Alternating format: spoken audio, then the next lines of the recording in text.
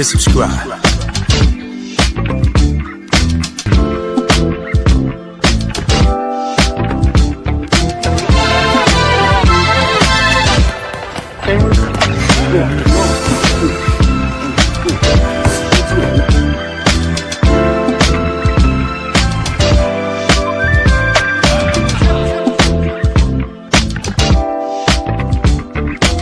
Subscribe to my guy, Uncle D. Tell him Big Bad sent you. Dennis McClellan. I'm an attorney here in Houston, Texas. An advocate for black men, largely because I am a black man. I'm a black father. I have black sons. Hey man, I do what I do.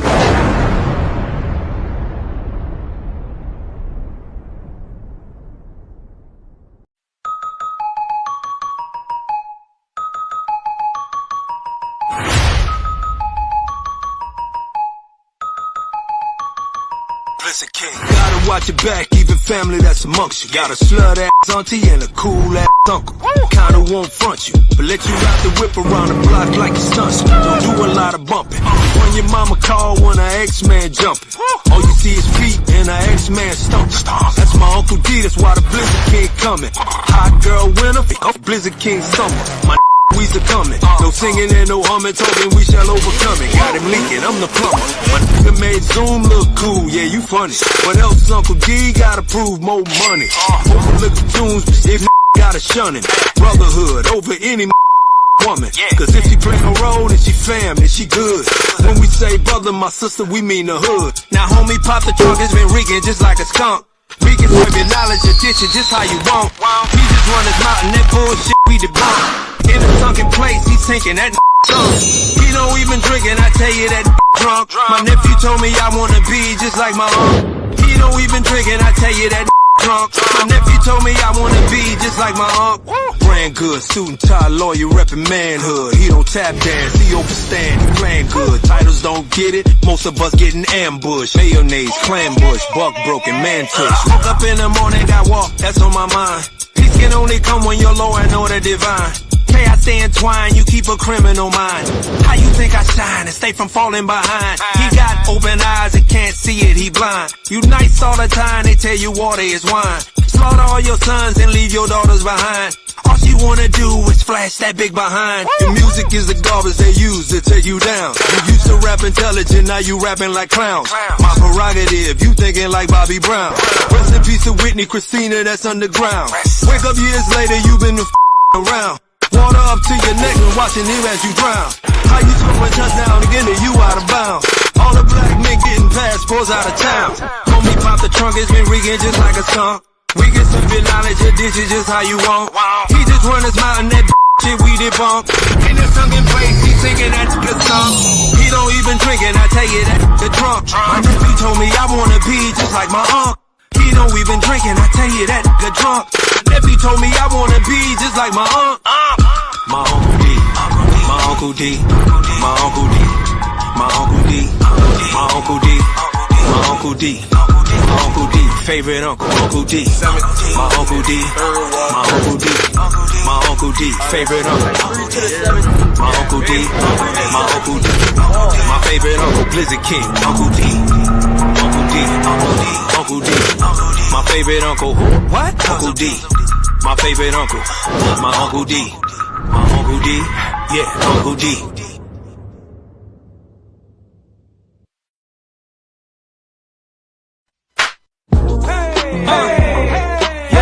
There's a party going on. Hit the light, hit the light, hit the light, hit the light, hit the light, hit the light, hit the light, hit the light, hit the light, hit the light, hit the light, hit the light, hit the light, hit the light, hit the light, hit the light. There's a party going on. We all looking at Dennis. Scrolling and subscribing, only take you a minute. Hit the cash app, super chat, be a penny. One is real good, but 20 more will be plenty. Blizzard King pay a visit, Big Bad's my witness. Appreciate the love, there's black men doing business. Stand up, father and brother, lawyer is he. Hall of Fame game, he's known as Uncle D. Tell it just I be, representing for we. We know time is money, you learning and pay a fee. Know it's cold outside, but the podcast hot. Giving you a feeling that these others ain't got. Say it's cold outside, but the podcast hot. Giving you a feeling that these others ain't got. Yeah, know that the blizzard come through. Bundle up for the winter, know this it. Darren Hay watch. views. Hit the light, you know that the blizzard come through. But the love for the winner don't just hit. There and hate, watch views. Hit the light, hit the light, hit the light. We still look at all the beautiful music that we've created. That's what's on the inside of us. We are wonderful people.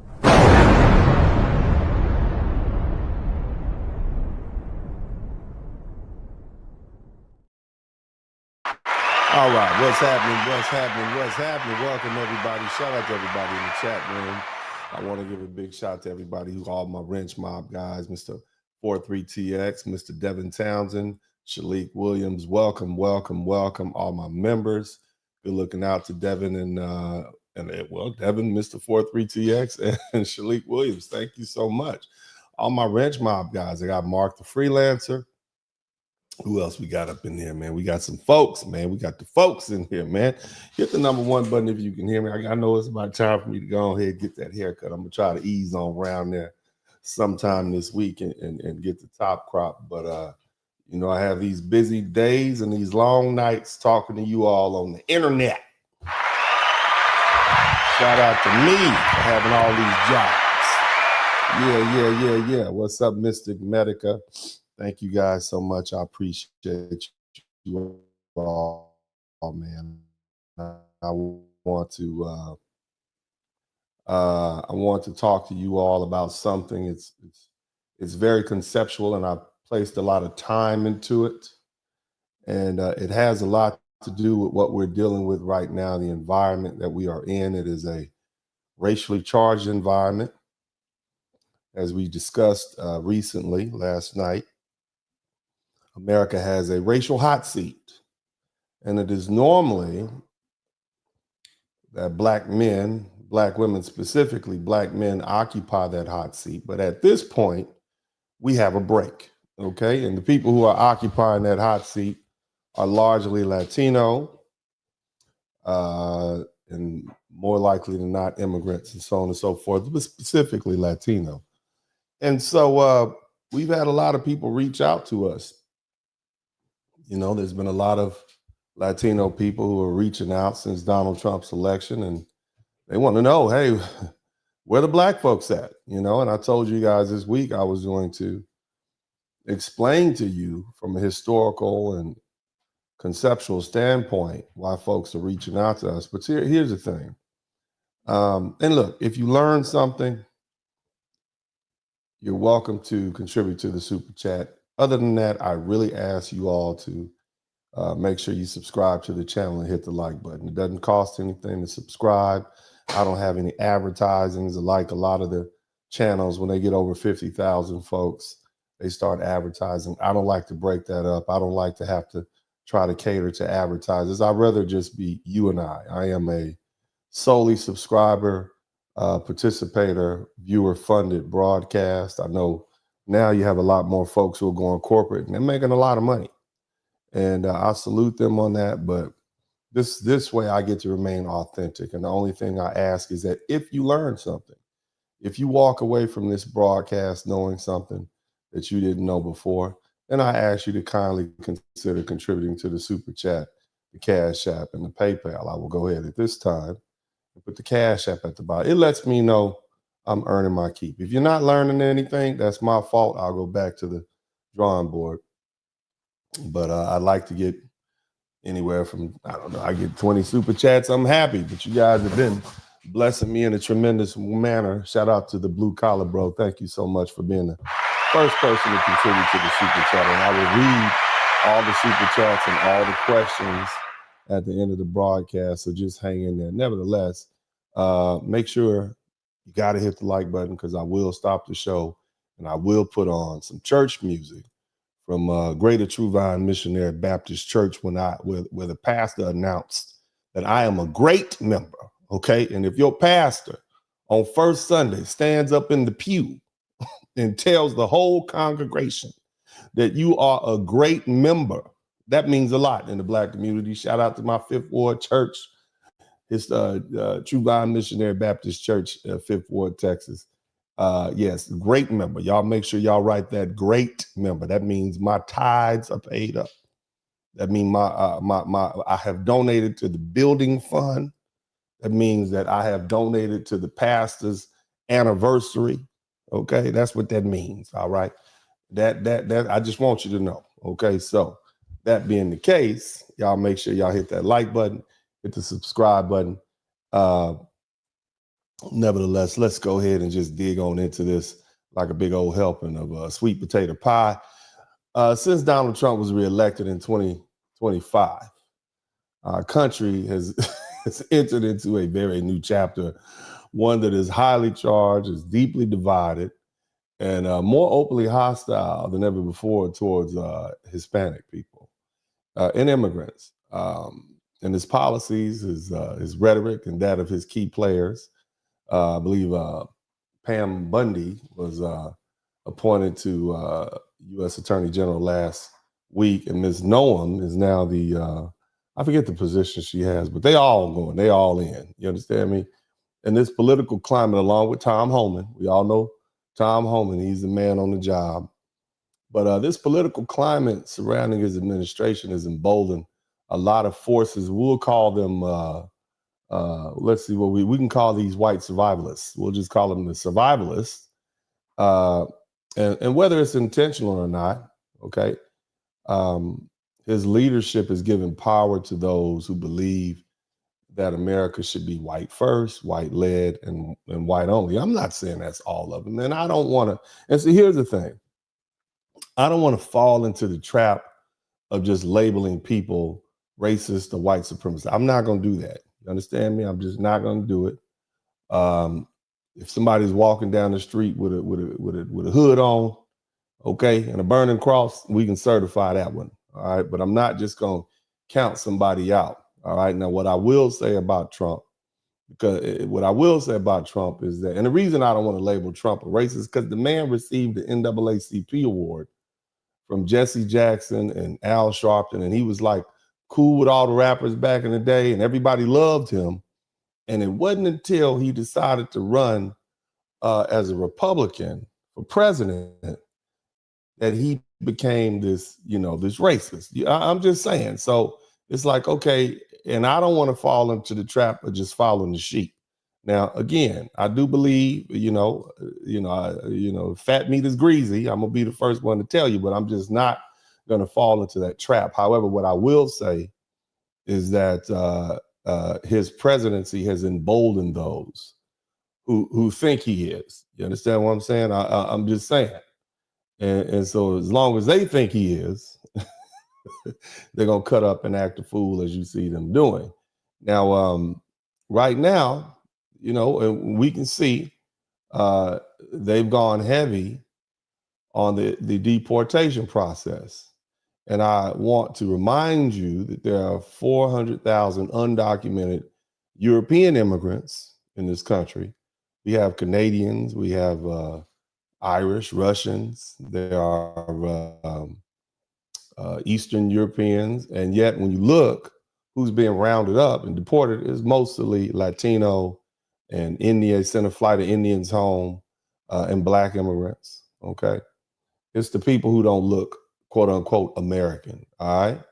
And the Pew Research Center reported in 2023 that 1 in 7 undocumented immigrants in the US is from Europe or Canada, but they're rarely the focus of immigration enforcement.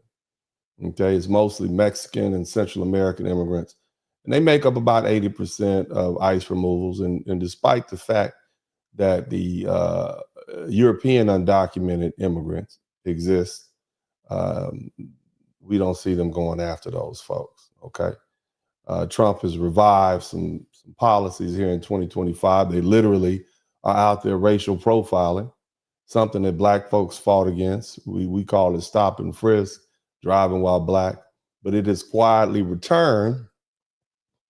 And, and this whole process of them just specifically targeting Latinos, it echoes of a I guess, a coordinated effort by law enforcement called Operation Wetback. It was a program back in 1954. That was really a name, okay? I'm not hurling racial epithets, but they are literally, in 1954, they were trying to get rid of Latinos, and they sent, I mean, over 1 million, even American-born citizens back across the border to Mexico. And at that point, they were targeting Mexican laborers for mass deportation, and they ignored white folks who had overstayed their visas. So I have to ask myself, don't we fight racism? Well, my black folks said, don't we hate racism, right? Where's the outrage, right?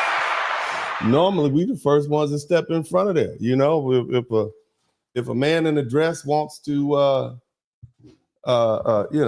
sing lullabies to a kindergarten class, my God, in 2008, 9, or 10, we were right there in the kindergarten class, and that's right. You know, you go, girl. I mean, whatever it is, we out front, okay? But right now, we are not seeing the national debate about anything from black folks. We see the raids happen. We see them everywhere. We're really not doing anything about it, you know? And we're looking at a deliberate racial purge under the guise of law enforcement. And since 2025, they've literally deported about 8,000 people, okay? And remember, back in 2018, Trump had a zero tolerance policy and children were separated, and I can only assume that the same thing is happening. Here's the crazy part.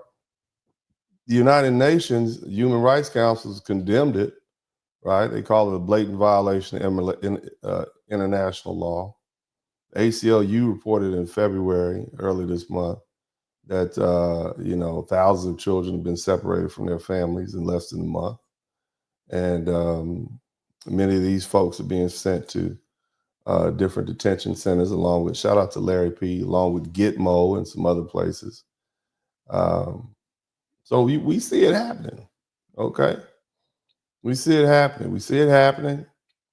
And of course, like I said, it's unprecedented to send people to Guantánamo Bay. But where are the black people? I don't see any black people at all. You know, Trump has made a deal with the president of El Salvador and Guatemala to house detainees who can't be sent back to their home countries. Like, for instance, China said they're not taking anybody back. Well, they're going to probably be in El Salvador with Bukele in CCOT.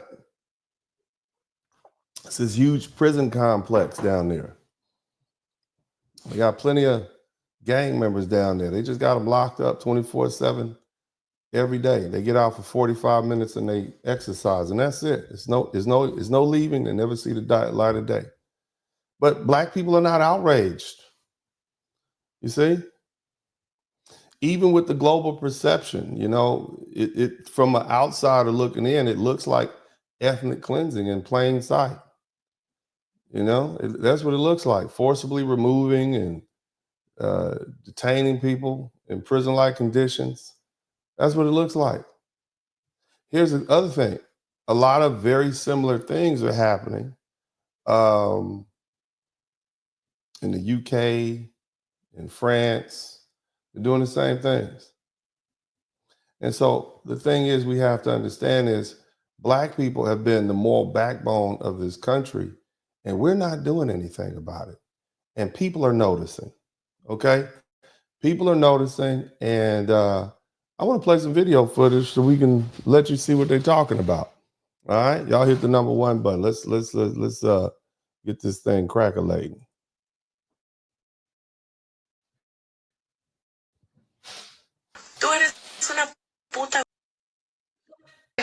It's funny how everybody's true colors are coming out, especially the black people. A few moments later. Oh, and since you want to learn Spanish so bad, tú eres una puta gorda que aparte de negra eres blanca. And it only took you 3 seconds flat for you to show your true colors after coming Somebody type true colors in the chat room. Somebody type true colors on this app and being a beggar, begging for help from the black community. If you're going to call someone a fat black WHO, don't cower behind a coded language. Say it to their face. The black people, because y'all are quick to forget what country you guys flee to shelter when you were slaves. You're quick to forget when Black Lives Matters movement was happening, who was right there next to y'all. I can guarantee that it wasn't you, boo-boo. Most of y'all like to parrot this one talking point about Mexico, but never talk about how slavery was abolished by a black indigenous president named Vicente Guerrero. He also helped liberate Mexico from Spain. But what did more conservative Mexicans do to their black indigenous president after they were done using him to gain liberation? They executed him because he was pushing for Afro-Indigenous equality. After Mexicans used him to gain their liberation, they backstabbed him. And it tracks to this day. Ma'am, the easiest, most effective thing that you can do to protect yourself and preserve your rights is to vote. And the Latino community couldn't even do that. Latinos largely voted for your own oppression. And now you have the audacity to think the black community is obligated to help you fix what you broke. Latinos, the call... We traced the call. It's coming from inside the house. You hear me? It's coming from inside. Yeah. So Latinos voted for Donald Trump to tune of 60%. Some say 64%. Nevertheless, that's what they did. But this young lady, she is really out here making a name for herself. I'm gonna let this play. I want you guys to see this. She is really out here trying to get attention. And you know the thing about the internet, right? Let's listen to what she has to say. How everybody's true colors are coming out, especially the black people. I made a video a couple days ago where I said sometimes. Now I'm gonna let, so you get that, but again, the internet does what the internet does, right? We know that Al Gore's internet, okay, before it was Beyonce's internet, it was Al Gore's internet. The internet does what the internet does, and I want you all. But what do you do? What did they say on the girl channel? The T, is it called the T? I think it's called the T. Somebody typed the T in the chat room. I'm not messy. I'm not a messy person. I'm not that. I'm too big to be messy. Understand what I'm saying? But somebody apparently knows this young lady. And shout out to this. I know that who I think it is. Especially the black people. The black people. Because y'all are quick to forget what country you guys flee to. Now this brother right here, man, he has a channel, man. He look like he got the tea. I want y'all to hear what he got to say, man. To shelter when you were slaves. Hold up. Wait a minute. Hold up, Chica. According to the census of 1860, there was approximately 4.5 million black Americans in the United States. And all 3,000 to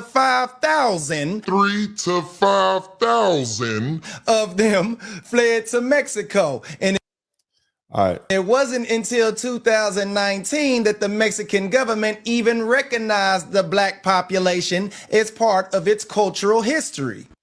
All right, so what you heard what the brother said. So there's another young lady on the internet saying, "Oh, well, we helped your people while you were running to Mexico." It wasn't but 3,000.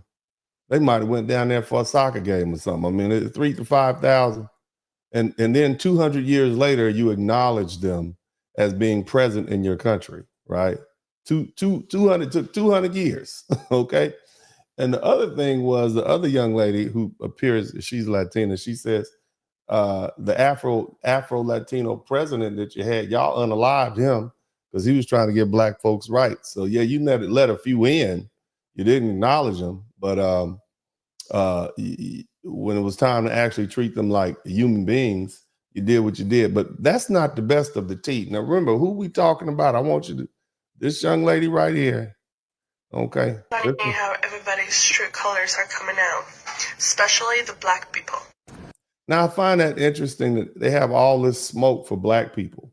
And I put some videos up the other day and I show white people saying some really harsh things about Latinos and, you know, calling them subhuman, saying that they should be unalived at the border, and they don't care if their families are separated, but they don't have any smoke for them. Okay. And I kind of went into that pretty heavy last night when I talked about how they want to be white adjacent and they feel as though we should serve them. Okay. But the brother here has the tea. I want y'all to listen to him and let him speak for himself. But let's conveniently forget the 40,000 black soldiers that died so that the state that you currently live in isn't still under the Confederacy. Now, how did he know where she lived? How did he know? Somebody type, uh-oh. Somebody type, uh-oh in the chat. How do you know where she live? Bruh, how you even know all this information, sir? You're quick to forget when Black Lives Matters movement was happening, who was right there next to y'all. You're quick to forget that every time you guys are out there protesting for your rights, who was... Every time we out there protesting for our rights, every time. Let's name all the times we've been out there protesting for our rights. In what year were we out there protesting for our rights? Somebody type, the smart people in the chat room that paid attention in all those elementary Black History Month classes. Okay, what year? What's the main year? Come on, what year? What year now? 1950? No. Passport King? No. What year did we get our rights? Right to vote? What year? No. 1950. Thank you, T. Lamore. Thank you. 1965. Thank you. It's Black History Month. You're supposed to have all the dates. Somebody said 1964 and stuff. Y'all, all of y'all. X's. Everybody get an X. Everybody get an X today. Anyway, so let's listen to Heat. So this young lady is saying every time we were protesting, they were out there. So she's saying in 1965, they were out there protesting. Let's think about that for a minute. We'll table that and let's let this brother give us the lowdown. Right there next to y'all. Now you're out here making videos talking about like, let's sit this one down. But you're also quick to talk up. Her nose is stuffy. That's the first thing. You need to get some stuff. You need to get some of that Vicks to spray in your nose because you can't be on the internet talking all that stuff and your nose is stuffy like that. Okay. Shout out to Zay story. You can't do that.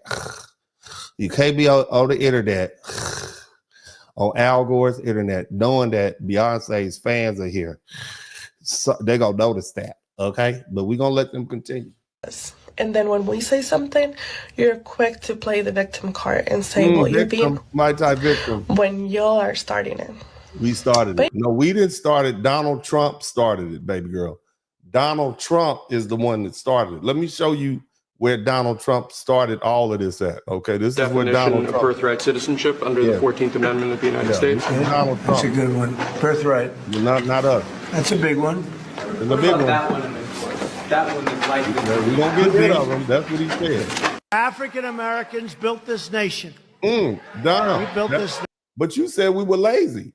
But the president, right? Shout out to Stanley Smith. According to all y'all, our racist president is on the internet saying African Americans built this nation. I've yet to hear one of them say that out loud in front of everybody like that. So let's keep listening. This is who started it. But you're just starting to get real credit for that. Okay, I don't know if you know that. Thank you, sir. You're just starting to get you built the nation. You built it. You are such a massive part of it.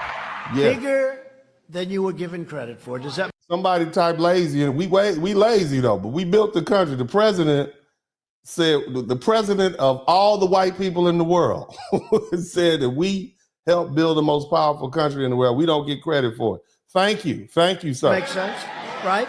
Yeah. But through generations of blood, sweat, and tears, and you deserve a government that defends your interests. You deserve a government that defends your interests and gets rid of all these immigrants that are over here. Okay, that's what he just said. Read the language. Listen. Somebody type hard work in the chat room. Protects your families and cares for our own citizens. Cares for our own citizens. That's what she said. So we didn't start there. First, the president that you voted for. My administration is fighting with everyone and all our heart to reverse the pain inflicted by Democrat leaders and to deliver hope and opportunity and prosperity for all Americans, but for African American communities all throughout our land. There we go. You hear that? Look at that. We're going to help fix the African American problem that we have, and we're going to make sure you get your interest by getting. So look, we good. We good up in here. We are not on the hot seat. To come into our country by airplane or charging across the borders from all over the world and think they're going to become citizens. It's not meant for that. It wasn't meant for that.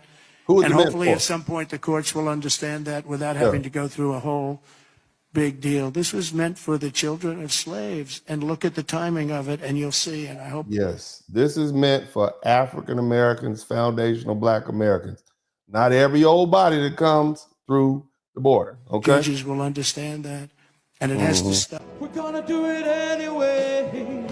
We're gonna do it anyway. All right, you see what I'm saying? Now let's get back to this young lady, because your president let everybody know that he is the one that started it, not Black Americans. But you have all of this animosity built up to Black Americans, and we didn't do anything. You all voted for him. These sweet, wonderful, beautiful African American people that you talk so bad about voted for this Kamala Harris. 86%. That's 92% of these wonderful, loving, thoughtful Black women, and that's 79% of these wonderful, kind-hearted Black men. Now, I wasn't one of them, okay? I wanted to see you gone, and I also wanted to get my taxes low. Now, the taxes was more important, but, you know, I'm just saying, I'm not one of them. I'm not like them. They're very kind. I'm really not that kind. Some would say I'm kind of mean, you know what I'm saying? But the nice Black people, they voted for you all and in your best interest. I voted for my interest, and that really kind of is focused on my wallet, my bank account, okay? But the nice Black people voted for it. They wanted to keep you here. I just want you to know that. But let's go ahead and let this brother put these hot flames to your little booty right quick.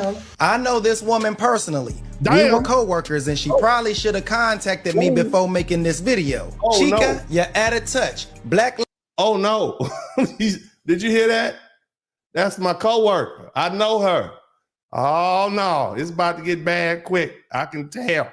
He ready. Let's leave. Lives Matter has nothing to do with the real Black community, and they got exposed for that. I feel vindicated because 2 years ago I said that this organization was a disingenuous scam, and it has proven itself to be a disingenuous scam. That's true. We don't control Black Lives Matter. Black Lives Matter is controlled by like 3 alphabet ladies and George Soros or something like that. We don't have anything. We believe that Black Lives Matter, but we don't control the organization called Black Lives Matter Incorporated. All right, but let's keep listening. You claim that we quick to forget, but I'm not quick to forget that you personally told me that you had to hide all of your Black boyfriends from your parents because they would trip out. Oh, I know you remember that conversation. And with that being said, there's an entire generation of y'all that don't even like us. Ooh, did you hear that? I didn't say it. I don't know nothing. I'm just YouTube people, I'm just playing what the brother said. The brother said, what he said was, okay, he said that he knows you and you told him, ma'am, that you hiding all your Black boyfriends. Okay, now you done been on the internet too long. You've been talking a lot, okay? You done talk so much that people are, pulling out receipts. And that's what the internet does. You see, you can't be out here talking about, us Black people, and you around here laid up with some Black men, not just one, apparently. That's what shocking. You just a repeat offender out there. What happened to Blanqueamento? How you gonna make the race better if you out there laying up with the chocolate war gods? you out there. You out there with the midnight marauders. I mean, I'm just saying, ma'am, you talking bad about Black people, and you rolling with the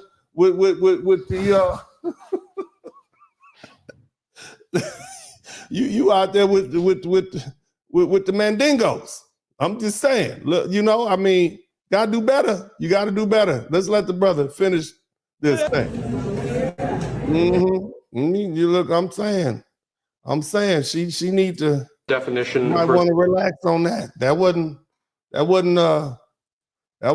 smoking hot. Y'all go over there and tell that brother he keep on doing that work.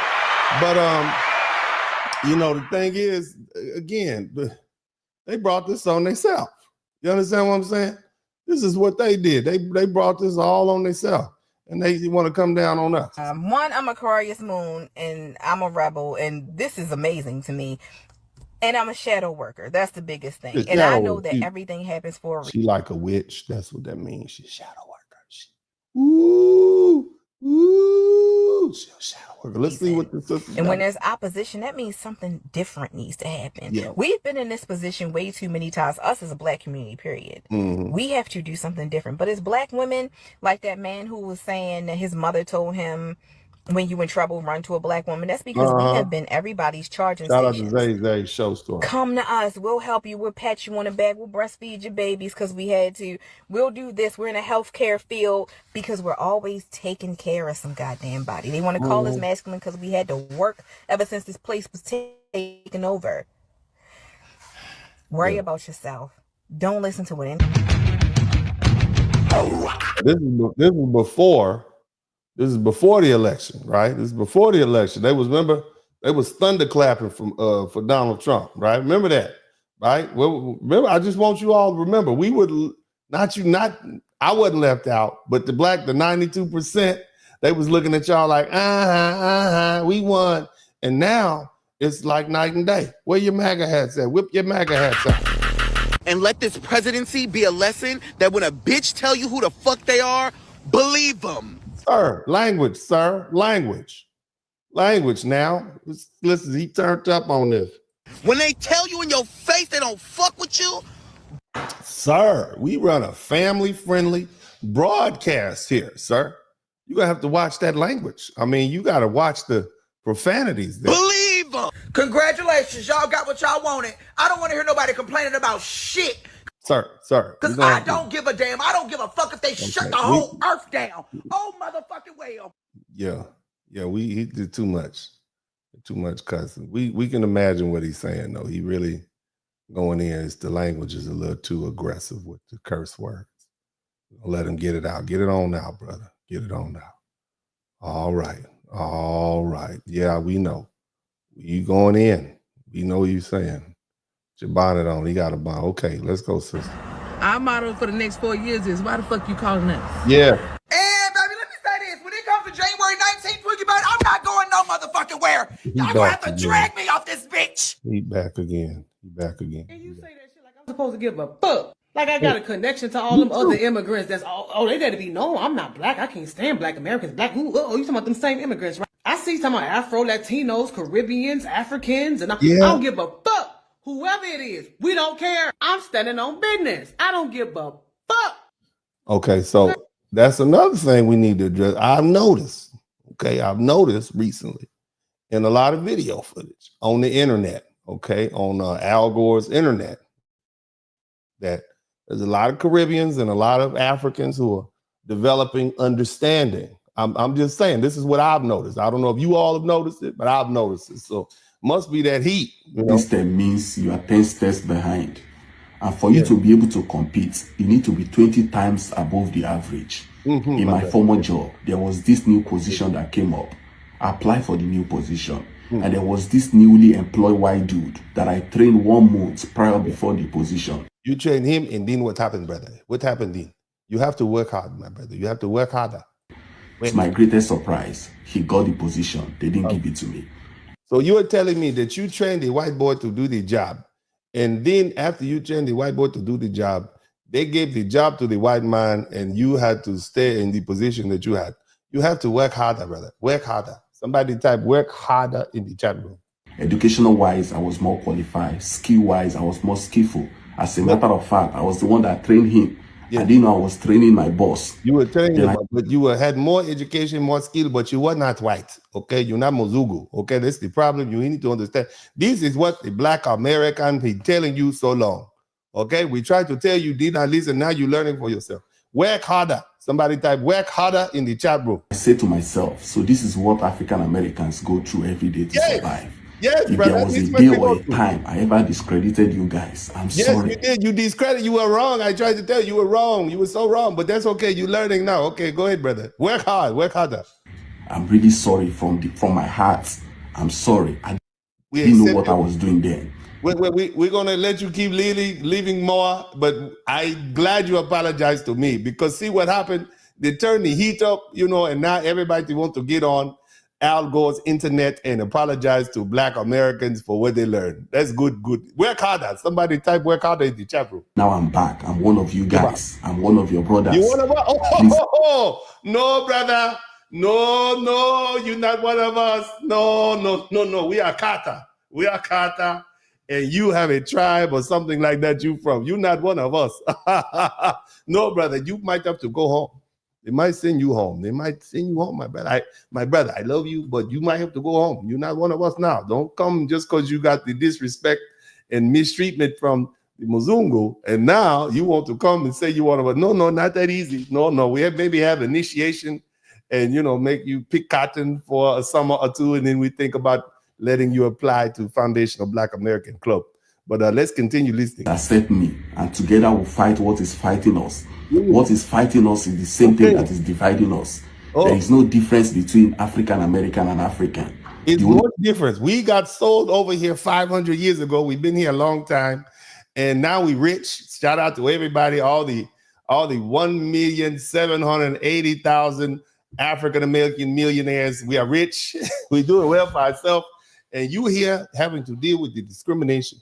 And we feel sorry for you, but this is what we tried to tell you before. Okay, we tried to tell you. The difference is that one is coming from the motherland, while the other one is already in America. No, we different. We different. We're not the same. I want you, but I love you though. I want to be your brother, but you know, you had a chance, and now we got to make sure we have to screen you a little better. We have to screen you. Maybe I apply for a permit, and you know, I have the chief of the Foundation of Black Americans talk to you. And if he give you your blessing, then the other chiefs, we work on something. We'll get it together for you, brother. We'll get together for you. You get to the point now. Together, we fight what is fighting us. Oh, together. Somebody type together in the chat room. You could just work harder. If you work harder, we work for you. Same thing that is fighting us is the same thing that is dividing us. Oh, you get to the point now. Not you, because you seem like you learn, but it's the other brothers and sisters at home. They are the ones dividing us, brother. I just want you to. Peace and love. Peace and love, brother. Thank you, brother. Thank you, my brother. Yes. Oh, yes. Oh, what happened? What you say? We have another person who has something to say to us. They're learning so quickly. They're learning quickly. It's good. I like to see everybody learning their lessons quickly and efficiently. That's good. What else you want to say? You have something else to say? I used to think African Americans are lazy. They don't want to. Yes, that's what we know. Used to think we lazy. Somebody type lazy in the chat room. Somebody type lazy in the chat. They think that's what we thought. That y'all tell us all the time. You said we lazy and we need to work hard. That's what they work and all that. You will never understand the struggle of African Americans until you live in the system for 5 years. Then you understand 5 years. Try 25 years. Try 500 years. You just a baby in the system. You can always go home. Somebody type lazy in the chat room. Somebody type lazy akata in the chat room. Being black in the system is already playing you 10-0. Yeah. Like you are 10 steps behind. You said we were victims. Somebody type victim in the chat room. Schools in black neighborhoods, they're all underfunded. The only thing you can find anywhere, everywhere in black neighborhood is liquor store.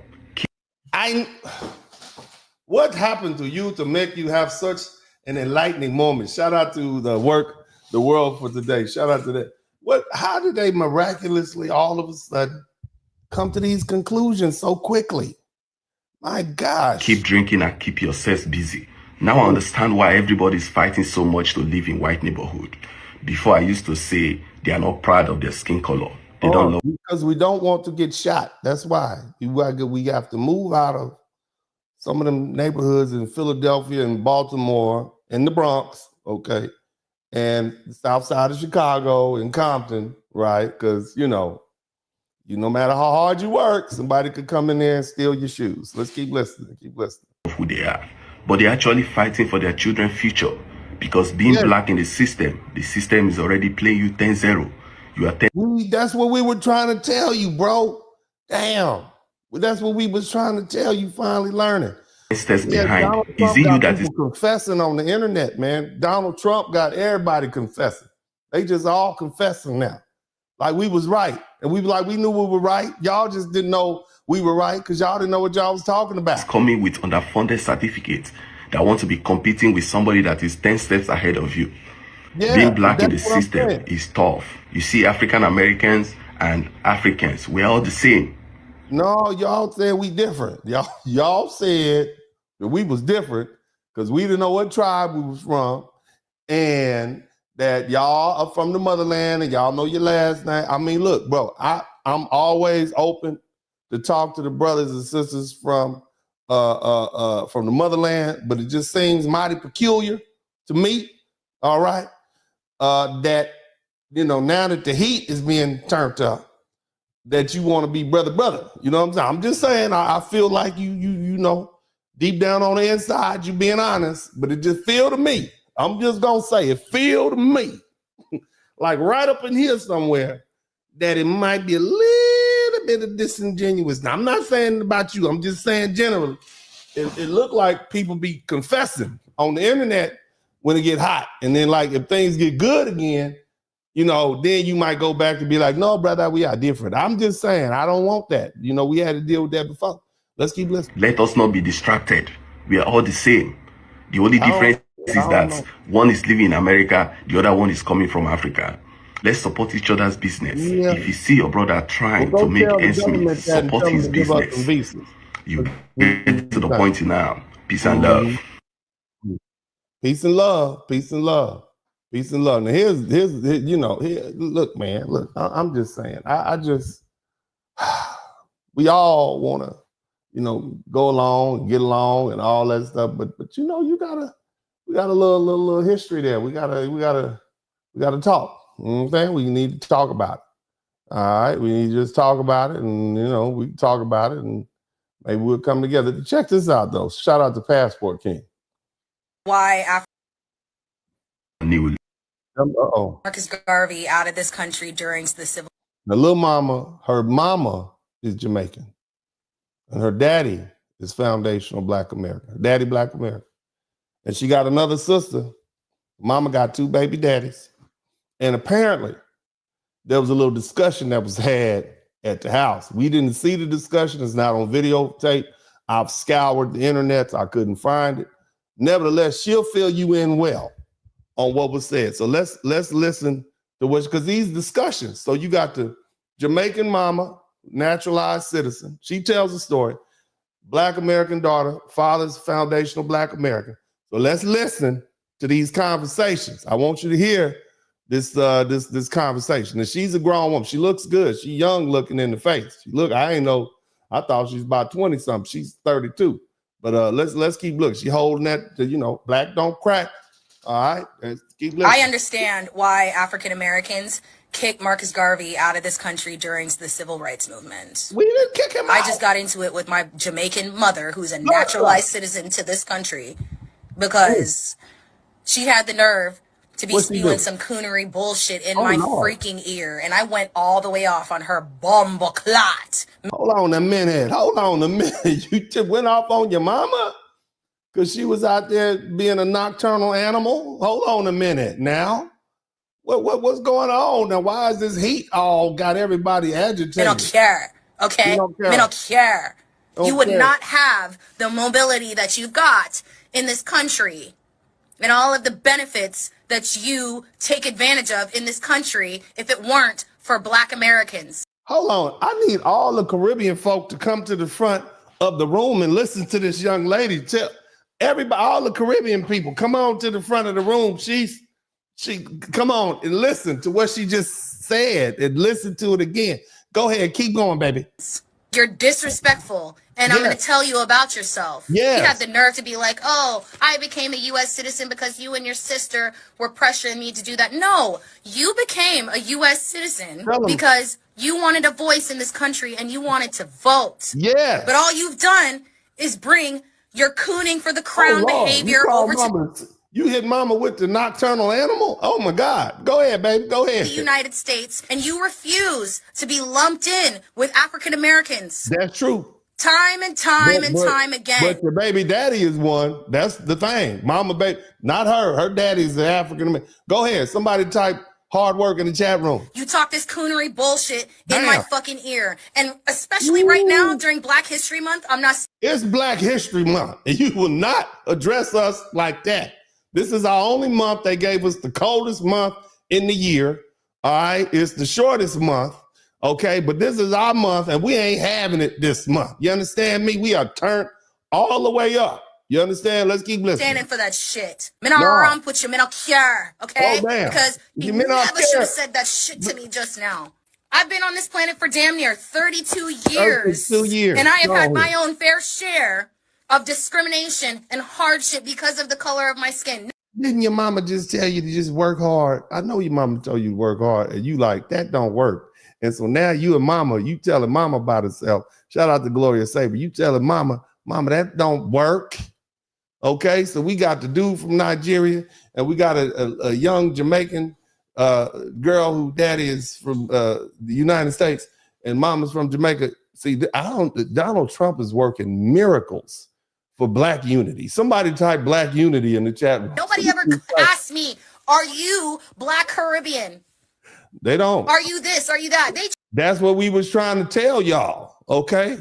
Ain't no different flavors of black. You light skin, black, high yellow, black, light skin, black, good hair, black, all black, blackity black. That's what y'all. I mean, I'm telling you, Donald Trump has been great for Black unity. And that's why I've been telling y'all, we need to cut this gender war out. I know it's a lot of YouTubers that make a lot of money. They got a whole following based on arguing with the other one, arguing with this one, that, and the other. But I'm telling you, Black Americans are losing the appetite for that right now. This is not where we are. I'm just going to point it out. You'll see it happening over the next couple of years. It's becoming distasteful, like ghetto behavior. So if you find yourself on the internet going back and forth about, how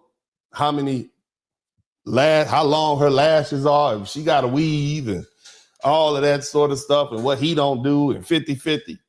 And he ain't a real man. All of those people are going to start tanking. You're going to see them get frustrated. They're going to start losing their followers, because that's not where we are right now. Our code that we have, unspoken, right? This ain't that time for that. It's too much racial tension in the community, too much racial tension in the country. And even though we are not on the racial hot seat, it's still there, okay? And so we living in a different environment. So it's time to turn that down, turn it down, right? And come together on some, y'all can get back to talking bad about each other. Give it about 10, 12 years. You can call, y'all can all you want to, but in public, it's going to be distasteful. Just like being ratchet in the ghetto, it's kind of like people, Black folk, are tired of that, and you'll see it popping up. But let's go ahead, and everybody in the chat room, all the different kind of black. We got blue black, purple black, light bright, damn near white. Y'all can name all the different versions of black, and they still black. Let's go, baby girl. Just automatically assume. They look me up and down, and they're like, okay, well, you're black, period, dot. Next.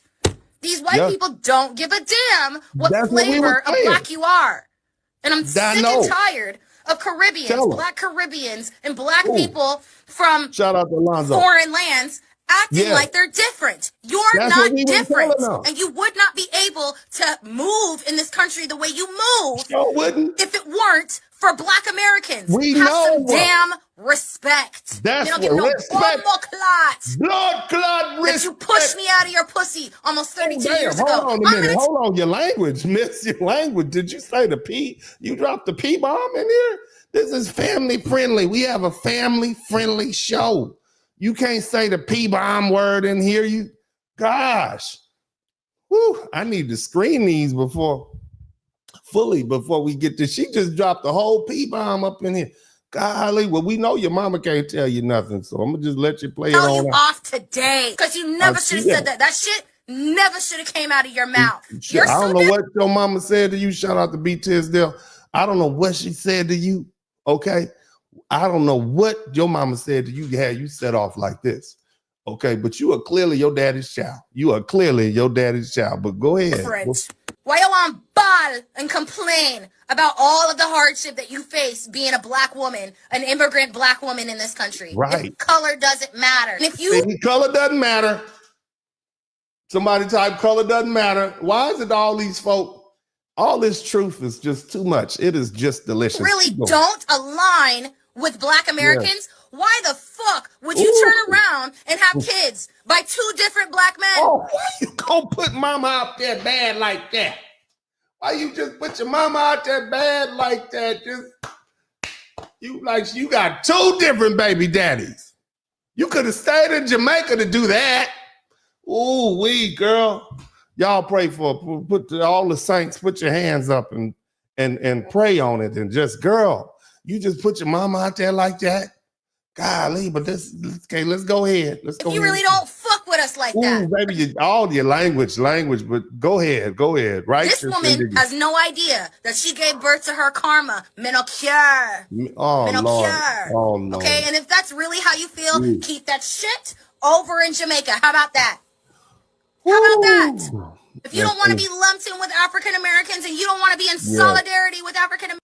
I feel like she's going to call ICE on her mama. I feel like she's going to call ICE. Can somebody put the number for ICE in the chat room? That 1-800. Is it 1-800-Tom Holman? I feel like, because a lot of people have been calling ICE on their people, and I just feel like she's one of them. To me, that energy right there, that energy look like you know how like sometimes somebody that call the police on you or something like that, and then they'll regret it. She feel like that's what she'll do. She'll call the police on her mom and like, we'll go back to blood clot Jamaica then. I feel like she'll be take your ass back to Jamaica. Yeah, that was wrong. Praise God. Woo, man, that was. So this is what's going on out here in this world that we live in right now. People just telling it. I mean, but anyway, it's a lot. It's a lot to be listened to and digested. Black American culture has been suffering for centuries and nobody gave a fuck. So I don't give a fuck. Keep it. Figure it out, bitch. We tired. And Black, look, ladies, I don't know why they got black women started. Y'all should have just left them alone. They was chilling. They said we resting. And then you done called them about their rest. Have y'all ever knocked on y'all mama's door when her door is closed? Right? Have you ever done that? It's like she done cleaned up the house. Okay, it's Saturday afternoon, and you knocking on her door. All right. Have you ever did? This is who come out. These are the black. This is what I'm still having flashbacks. It's a lot of goddams in the air. Take your outside, and so I mean, this is us. Y'all done woke them up. You should have left them alone. They was unbothered. They was in there playing they little old school songs. Don't bring Mr. Charlie. Mr. Charlie is just a man, and she was in there minding her business with the door closed, and y'all done knocked on the door, mama, when we gonna go? And then now she up. This is what you get. I speak for every black person when I say this. We ain't got shit to do with it. See, that's what we ain't got a fuck ass thing to do with it. Damn, y'all's language. So while he over there beefing with them cartels, them folks in Mexico, listen, we ain't the niggas, the black folks.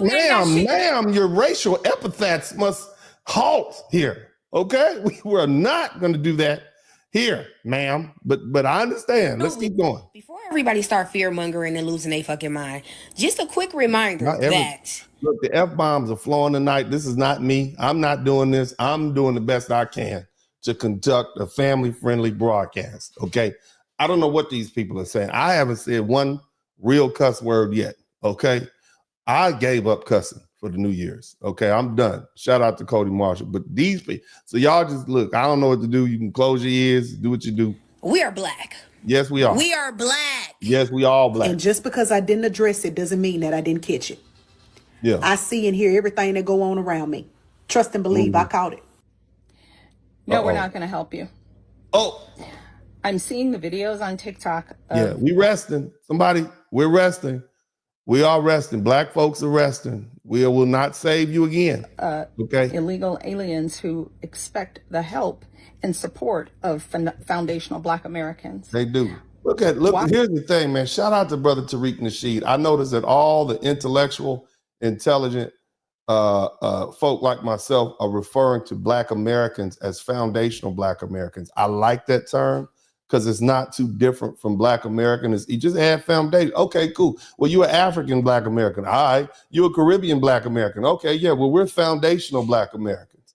And so we are able to define ourselves. And I like to be able to delineate. So shout out to the good brother Tariq Nasheed, man, for his brilliance and his thoughtfulness and his creativeness and pushing that. I like that. But let's go ahead and hear the they responding to. We ain't coming out there. We ain't nobody about to be out there burning flags with y'all. Y'all need to get on with that. Keep listening. Why should we help you? Ooh. If the tables were turned, you would not help us. See, that's what I'm gonna talk about tomorrow. I'm gonna hit on it tonight. I'm just gonna inform y'all something. And they always talk about we helped, and we talk about the Hispanic groups. We helped. First of all, most of them weren't here. But in the 1920s, 30s, 40s, and 50s, when Black Americans were fighting for our rights as Black people to be treated equally, they were literally fighting to be redefined as white so that they can then help the oppressor class oppress us. And I got a whole broadcast that I'm going to do tomorrow, beginning at 7 o'clock, and y'all make sure y'all tune in. It is going to be epic. It's going to shut down all of this so-called revisionist history where they say Black and brown. That's just a lie from hell. They literally participated in bombing Black homes in Dallas. I need y'all to understand that. So we're going to talk about that tomorrow. But right now we resting. Let me do the work. Let the sister finish speaking. Praise God. Go ahead, baby. You laugh at us. Yes, they did. I've seen you at town hall meetings. Illegal as hell. You lazy. You lazy. Y'all remember that video in Chicago? You lazy. You lazy. I hope he was the first one gone. Some dude from Guatemala somewhere telling a Black woman to her face at a town hall in Chicago that she's lazy and she's gonna take all. They're there to take all their jobs. He said it. You can still find it on YouTube. Yeah, but now see that President Trump is in there. Yeah, you need our help. He on your back. This is the problem with Democrats lumping all of us into one big nasty shit soup called BIPOC or people of color. There ain't no people of color. We're I'm not Black. all the Okay, I'm Black. I'm not a peoples of color. I'm Black. I like being Black. Been Black my whole. Matter of fact, why would we let somebody call us people of color? That's too close to colored. Didn't we work our way out of that? Don't you ever let nobody call you a people of color again. We'll just call them people of color, and that way we can kind of work our way back to coloreds. Hell no. Next thing you be trying to drop the N-bombs on us in public, just putting that on our kids' birth certificate. Forget that. Hell no. Let's keep going. This is the problem. This is the problem. This is what happens. That's what happened. I want you all out. I don't care where you're from. This has nothing to do with race. It has to do with money. You hear what she said? Now y'all should have left Black women alone. Okay. See, I'm gonna say some stuff, but it ain't gonna be like this. Ooh, they just wee. I want all y'all go. You hear me? I don't care what color you are. I want you to get on whatever plane that you flew over here on. Okay, and I want you to get back on that plane and go back to where you belong, because you messing with my money. Now I said it, what you gonna do about it? That's how she sound. That's how she sound. She know how to break up with people. If you ever want to know how to break up with somebody in a real assertive way, just give her a call. Y'all find her. What's her name? I can't say the word. I need to get some bigger glasses, but she know how to break up with people. Let me tell you what you do, Larry. Okay? Whatever raggedy hole in the ground you came up out of to show up at my house 3.5 hours late, you go back there. That's what you do, Larry. We don't need to do that. You out of here. She know how to break up. And it has to do with opportunities for me, for the people who have been here for generations, who have sacrificed in this great nation, paid taxes. You were prioritized over us. So it was. Do you know black home ownership is only at like maybe 44%? That's because the National Association of Realtors published an article in February of 2024, and the headline is Asian and Hispanic home ownership surges to record highs. Oh, we need to get them up out of here then. So Asian home ownership in America reached 63.3%. We can get them houses. We don't get them houses, Hispanic girl. home ownership in America reached 52%. All the real estate agents, what I want you to do is I want y'all to follow behind ICE. Okay. And whenever they get to rounding people up, I want you to be like, hey, how y'all doing? I heard y'all daddy got sent home. Would y'all be interested in selling? Y'all interested in selling soon? We have cash. Y'all can make a lot of money. Y'all can make a lot of money doing that. Shout out to Johnny here. I'm just saying I wouldn't do it because I'm not in real estate. But I have lots of ideas for people who, make a little money. I mean, why should we all suffer? Why we should all get, they sold us dope in the 80s from Colombia and Peru. They shipping fentanyl over here from China, messing up our country. Why not? We should be able to get a few dollars out this situation. Y'all might be able to buy some taco trucks and all kinds. I'm sure some Mexican restaurants for sale, some little corner Chinese stores for sale. We can do that. We can. Y'all, black tacos are good, right? Y'all, I like black taco. Black people making tacos. We could do that. I'm just saying. Let's think about it. Let's see what we can do for ourselves. Let's keep going. Keep going. While Black Americans lagging behind at 44%, and you need we're supposed to help. We're supposed to run out there and help. Keep stepping on our heads to get to the top. That's what they doing. Using us. No, they use us as stepping stones. Tell us. How are you doing that? They getting help. I remember seeing videos of couples who, they have 3 or 4 children. And this one in particular moved into a brand new house in outside of Chicago. Not the hood, not a cramped 2-bedroom apartment. No. We're talking a 4-bedroom, 3-bath house with a nice big backyard in the burbs. Did a ribbon cutting ceremony. The news crew was there. That's what they I watched it. I still have it. I can find it if anybody's interested.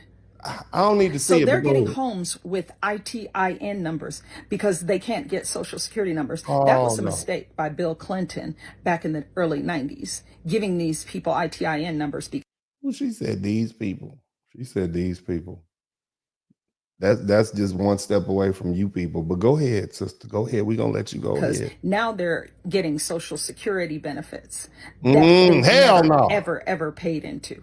Their parents never paid into it. They never paid into it. And now they're getting Social Security. And you wonder. They getting Social Security. No, that's what Tom Homan is talking about. You got people without Social Security numbers getting Social Security. And you wonder why our Social Security is being depleted. Man, that is just ridiculous. Why it's draining dry. Yeah. It was in trouble before. And this is what happens when you wake black women up after they told you we resting. Y'all gonna deal with that by yourself. But you wanted to keep fooling with them. And you know me, I'm a co-sign with them. I might not jump out front like that, but I'm gonna definitely go. That's right. Tell them. That's right. Tell them. Yeah. What she said. Yeah, you better not do that to her. Insolvent. Yeah. Now, who knows? No, we're not going to help you. You guys get home loans. For what? You come here. I have business articles. Yeah. That prove, that show that you people come here. Oh, hold on. Did she hit him with? I knew it was coming. Did she just hit him with the you people? Oh my. Woo. It's getting real racial up in there. She hit him. She just said to you people, come on, let's try to get through this before she just start dropping all kind of. I'm gonna lose my whole. This is not even gonna be monetized. But go ahead, baby. Go ahead. You gonna see what I'm saying? You can go to the Small Business Administration. They have a special page set up for you people. Oh, come on now. You can't, baby. You gonna get me demonetized on my little channel. You can't keep hitting these people with these code words, ma'am. Okay, I know you have strong feelings, but I'm just saying you didn't hit them with the you people. Golly, Call you undocumented. Yes, Lord. They have a special page set up for you people. You have, oh Lord, oh my God, oh my God. Look, you ever like took your little foreign friends to visit your grandma from like Mississippi or Louisiana or granddaddy or something like this? Is how that feel. I hope she don't say nothing. But I got a Mexican boy right there. Who are you? What's your Julio? What's your name? I don't know what the hell your name is. Yeah, that's what she. Yes, Lord. Yes, Lord. Start a business to get home loan, or excuse me, business loans to start your business. Why do you think it's them who have the food trucks all the time? I know. Yeah. Ooh, it's time I to go. haven't seen a black person with a food truck in Denver. Yeah, it's time to go. We all ready to go? It's always a taco truck. All right, we see you later. Bitches quick to say they ain't jealous of you because you ain't got nothing for them to be jealous of. But trust me, a smile and a happy heart will burn a hole in a miserable bitch soul. Check. Oh my God, ma'am, that just came out of nowhere. A smile and a happy heart, or burn a hole in a miserable. Yes, Lord, we're gonna let you make it. These are the stats right here. But in the meantime, I just want to let everybody know that what we're going to be doing while everybody else is going through all this turmoil, what we gonna do, us Akatas, all of us over here, us lazy folk, what we need to be doing, okay? We need to be just chillaxing, need to be relaxing, okay? We need to be getting along, okay? We need to heal. Everybody, we need to heal, okay? That's We right. love you, black men. That's right. That's right. That's right. We love you, black women. There we go. We love you, black men. This is what we at. We healing. We love you, black women. We healing, Jesus. We love you, black men. Hallelujah, we healing.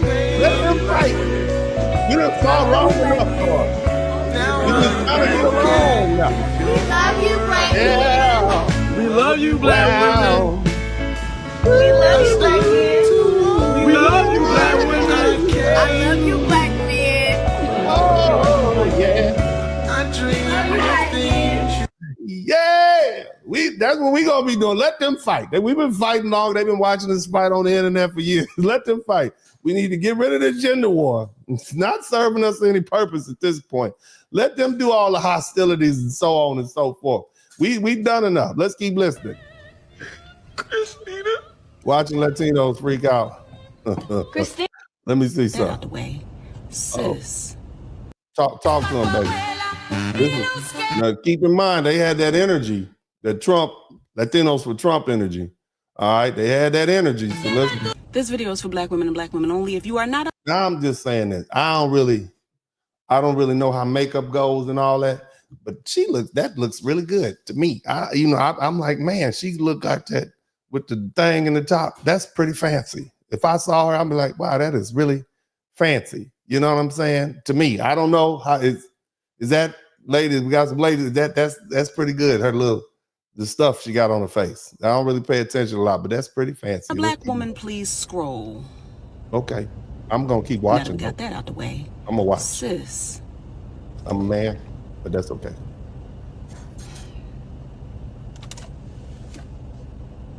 She's saying a lot. She said a lot with her little hands and eyes. She said a lot. Damn. I know everything you said. I know everything you said. That's not American Sign Language, but I know everything she said.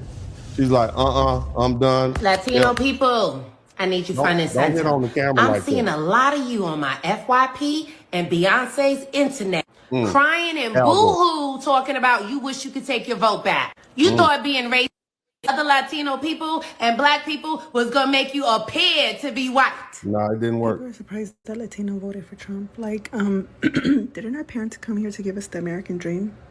And that's what we're doing, living the American dream. I don't even know what you're talking I don't about. understand why Latinos think we're racist if that's what our parents came here for, to give us the American dream, and we're living. So you basically said you voted for Trump and you voted to have your parents sent home. Is that what you're The saying? American dream. We're not living American dream is sending your parents home? Is that what you're the illegals dream. We're living the American dream. So you saying that you voted to have the illegals sent home and you knew what you was doing? Is that what you're saying? I don't know. I'm trying to read this. Like, that's why our parents came here, and we were born here and raised as Americans to live the American dream. Then when people's heads at in the fucking comments. Somebody made a comment talking about I see why Michelle Obama stayed away from the inauguration to protect her peace. Why a Hispanic motherfucker felt comfortable to goddamn Hispanic woman felt comfortable to reply to the comment talking about you mean his peace? Oh, so bitch. Because they racist. That's why, baby. They're racist and they see you as less than. That's why. Y'all want to try to talk shit now? They've been talking. They've been talking stuff, baby. They've been talking stuff. But they probably shouldn't talk stuff to you because you look like you can fight real good. I can tell. She looked like she got good balance and she looked like she could square up on you and throw them things. I'm just saying, I could tell. She looked like she balled a little bit too, like she played a little basketball. Don't nobody want to fight you. I can tell you that now. I didn't want to make this video. I didn't want to I'm not trying to make a race war or nothing like that. Like I was just with a Hispanic man. Like I don't care. You just with a Hispanic man, but you would probably put them hands on him real tough. Go ahead. People can feel how they feel. You're entitled to feel how you want to feel. Yes. But bitch, I don't know why y'all Hispanics feel like y'all are like gold or something. Like bitch, you're not. You're at the bottom. Damn. Yeah, well, she said it. I didn't say it. Let me go on ahead and tone this down a little bit. I'm gonna show y'all some more stuff, okay? Because there's more stuff to be seen. Because I'm laying the foundation. So they just the thing is, like folk just keep harassing us. You see what I mean? And they just won't leave black folk alone. You see what I'm saying? And they getting a response. Fucker, take it to your mama. Your ugly ass. And then she dares to call other people ugly. But see, we didn't see what happened beforehand. So you can't just show us part of the clip. Like I said, I don't want to. So yeah, you see this is the thing. This is you out here being slick.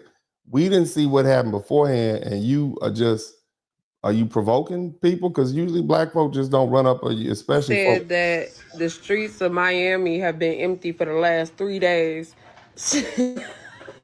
Yeah.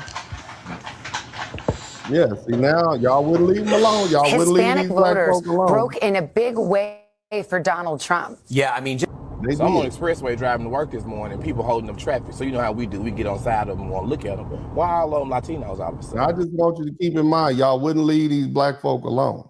Okay? You keep trying to call them out and get them to vote for you. You have no smoke for these white folk who are telling you you're less than. I mean, you don't have any smoke for them, but you want to come get black folks out here, knowing that you practice, racism within your own community. And that's not cool. Why is it that you think we supposed to come out there? Well, let's now all of a sudden listening. y'all want to drive the speed limit? It's too late. Y'all getting put up out of here. If I got to call ICE myself, you even look undocumented, goddamn it, I'm calling ICE. Brother, come on, bro. That's racist, bro. You out here. If you look undocumented, shout out to Everett Tucker. How can they look, sir? Brother, I need everybody, all my brothers and sisters, look. You can't be like that. Okay, we don't want to be like that. That's not us. We are a kind and loving people. Okay, we are kind and loving people. Okay, shout out to Everett Tucker. Shout out to MC Recovery. Okay, we are loving and embracing people. Okay, so let's try to get through this. I know it's a lot of emotion, but let's try to get through this. Shout out to Hootie. We're gonna try to get through this and not any more racial epithets or wishing any harm on people. Okay, so let's just try to get through it. All right. The restaurant, and when you come serve my table and I ask for extra ice, you better not blink twice. It's gonna let me know you undocumented. If I say the word ice and you get a little nervous, I already know what's going on. So when I call that motherfucking restaurant later on and I order 100 tacos to go, motherfucker, I'm not talking about food. I'm talking about you and your little children. So get your little salsa and your little sombreros and your guacamole and get y'all motherfucking ass back on the other side of that wall. Sir, brother, hold on now. Hold on a minute. Now this is, golly, you all. I've been telling everybody that we are kind and wonderful and loving people. And you out here telling people they can go home, sir. I'm just saying. I mean, this ain't what I'm saying. I'm just saying. But I will say this, that's why you got to leave people alone. Black people got Most of us got like some kind of version of post-traumatic stress syndrome from living in America and being black. Okay. You heard the little Nigerian dude. I have been in America in the system for 5 years, and I'm telling you, he been here 5 years. Some of us been here a lot longer. Some of us have impacted, passed down generational trauma, and you just provoking these folk. Okay, we got enough to worry about without trying to get us out there to help burn them flags, and we don't want to burn flags. That's not what we do. So you got to chill out. But so give my brother a little grace. We're gonna try to let him get through this. Go ahead, brother. What else you got to say? Go ahead. We'll finish what you're saying. I don't know. Maybe he left. Let's see. Hold on. Oh no, we got him out. We'll go to somebody else. Against your own self-interest. Mm-hmm. Yeah. Go ahead. Counterproductive. It's insane to me. Like, y'all don't make no sense. What's not clicking? And let's be very serious. Latinos voted for Trump because they want to be as close to whiteness as possible. It's because they are anti-black. It's because of the internalized racism. It's because of the... Now, he's an Afro Latino. He's a black Latino person. He tell you that. Go ahead. Go ahead. Go ahead. Go ahead, brother. Finish. Pure out, not even it was. And let's not forget the misogyny of it all. Let's not forget that, because one thing a Latina woman is going to do is going to put her man, her son, her and any male figure in the Latin community up on a pedestal with ease. With ease. So, and that's exactly what you're telling us. They didn't vote for Kamala Harris, not just because. Oh, okay. Got it, brother. Got it. What the Latino men thrive on. Did you know that people can admire you and be jealous of you at the same time? Like, they can admire everything about you, your personality, your character, your vibe, your energy, how people gravitate towards you. And then they can also be jealous of those same exact things. And those two as a combination is scary. Admiration, somebody admires you, and jealousy, because it normally comes from somebody that's close to you or somebody that you're connected to. So you got to be very, very careful with who you have in your circle, who you're entertaining, and who you're around. Because they'll be the same ones that stick it in, pull it out, wipe the blood off, hide their hand, and smile in your face. People like that don't genuinely support you. Leave me the hell alone! Leave me alone! I told y'all. Look, everybody watching this video, I want y'all to save this and use this. Make this your ringtone. Do they still have ringtones? I don't know. I'm gonna have to ask my son. Let's see if they. But y'all use don't this genuinely for yourself. Use this for yourself. This how we feel. Latinos. Leave me alone. All the Africans. All the Haitians. Leave me alone.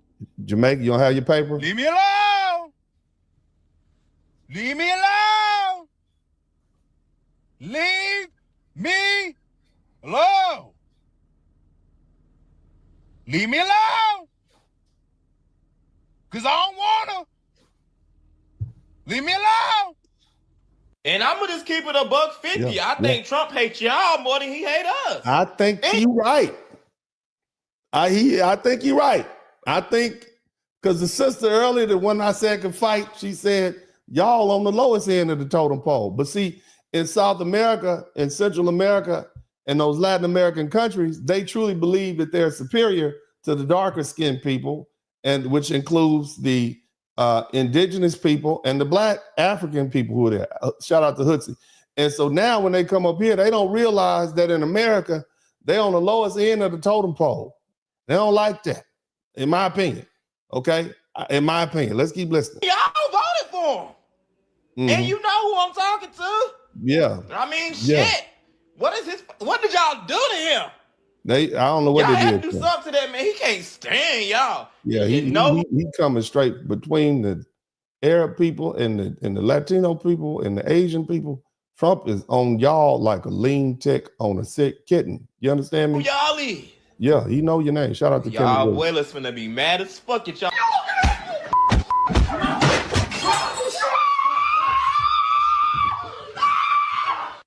See, one thing about me is you ain't got to be shady to me twice. Okay. Once I have detected shade from you, okay, I distance myself. Hey, don't block anybody's comments. Let the comments reign free. Y'all let the comments reign free. Don't block anybody's comments. I'm convinced the real reason people are so upset that black people are going to take a step back during the next 4 years is that they're not going to have anybody to argue with. They ain't got to argue with me. They're not going to have anybody to counter protest against. Nah. Do you know what I mean? We going to be at the house chilling. Go ahead. Black lives matter, all lives matter. Right? Okay. They're not going to have anyone to entertain them. I ain't in it. Because if we're actively not engaging, not. What are they going to do? Nothing. We're going to have to talk to each other, and that's They got to gross. talk to each Also, other. I think there's another sect of people that are worried that they're not going to be able to learn from us. Because y'all can learn from me because y'all be paying me. Like y'all be giving my little $20 and I'm cool. I got 20 super chats. I'll talk to you. Whoever want to come over here, I'll talk to you. I'm just going to say I'll talk to you. Keep it coming. I'll tell you what you want to We're hear. not going to be giving dissertations on why X, Y, and Z. I will. They're going to have to figure out themselves. No, because there's so many people on this app that are sponges for black people, take it in, They do. regurgitate it, and spit it out to everyone else so it's more Yeah. palatable in their minds. But they're not going to have that. They got me though. So Send the them fact over that here. black people are just going to be kind of focusing on themselves and kind of self-reflecting is making people I'm putting lose the their members minds. only thing on. They can pay. They literally don't know how to act because we've never really been in a society where we haven't seen black people contribute. Yeah, we talk when it a comes lot. to their voice, when it comes to their we knowledge, talk. We like to wisdom, be heard. and all of that. And now they have to see, and I think subconsciously they're worried about it. So yeah, they got to talk to each other. Stop starting shit with quiet people. I'm gonna say it again. Stop starting shit with quiet people. But It's we the ain't reason that why they quiet. We quiet. just not talking. It's the reason why they mind their business. It's the reason why they make their money Yep, and go it's the home. reason. It's the reason why they stay in the house. Don't bite your body. It's the Leave me reason alone. why they just don't put themselves in cliques. It's a reason for everything. And y'all still messing with quiet people. Y'all still starting trouble. Y'all still spreading lies about them. Y'all better stop messing with quiet people. Y'all Leave always us alone. think that quiet people are suspicious. And they not. You know, we ain't doing it. We just trying to be left alone. Just leave us But alone. when it Shut comes up to and whipping your motherfucking Yeah. ass, ain't nothing suspicious See, about that. that's what's next. Okay, you done got them mad. Leave them alone. Just leave them alone. Just go on and whoever got to go home. And you know, my man, Trump leave out. Y'all can come on back. Probably. I don't know. I'm just saying. Y'all better leave quiet folks alone. It's like y'all have an issue with a quiet person minding their business. Yeah, leave Y'all got us an alone. issue We with ain't quiet fooling people y'all, man. not involving themselves in your mess. Yeah. I'm gonna tell you something right now. Quiet people is the coolest ones you will ever meet. But you Yeah, y'all harassing us. Now see, they keep starting it.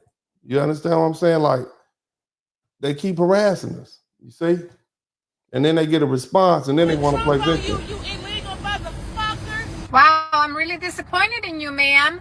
After all, we're both in this together. You're in a We're both in this together. But now I'm not saying you did anything, ma'am. But clearly that lady wasn't just driving down the street and y'all happened to have your windows down at the same time. And she just blurted something out to you. Did you say something to her at all? Because it looked like both of your windows was down at the same time. And that's what it looked like to me. I'm just saying. I'm not saying anybody did anything, but for her to get that turned up, because you see she big. And big people don't really like to exert energy like that. And yet she exerted some energy, okay? Rolling her window down, which looked like it's hot outside, and I'm big, and I don't really like I like my AC up, okay? So I'm just saying, was there anything that we missed? You know, did we miss anything? I'm just asking. press group. I'm in a press group. You're a minority. You in the press group? You like to identify with white people, and they don't want you identifying with them.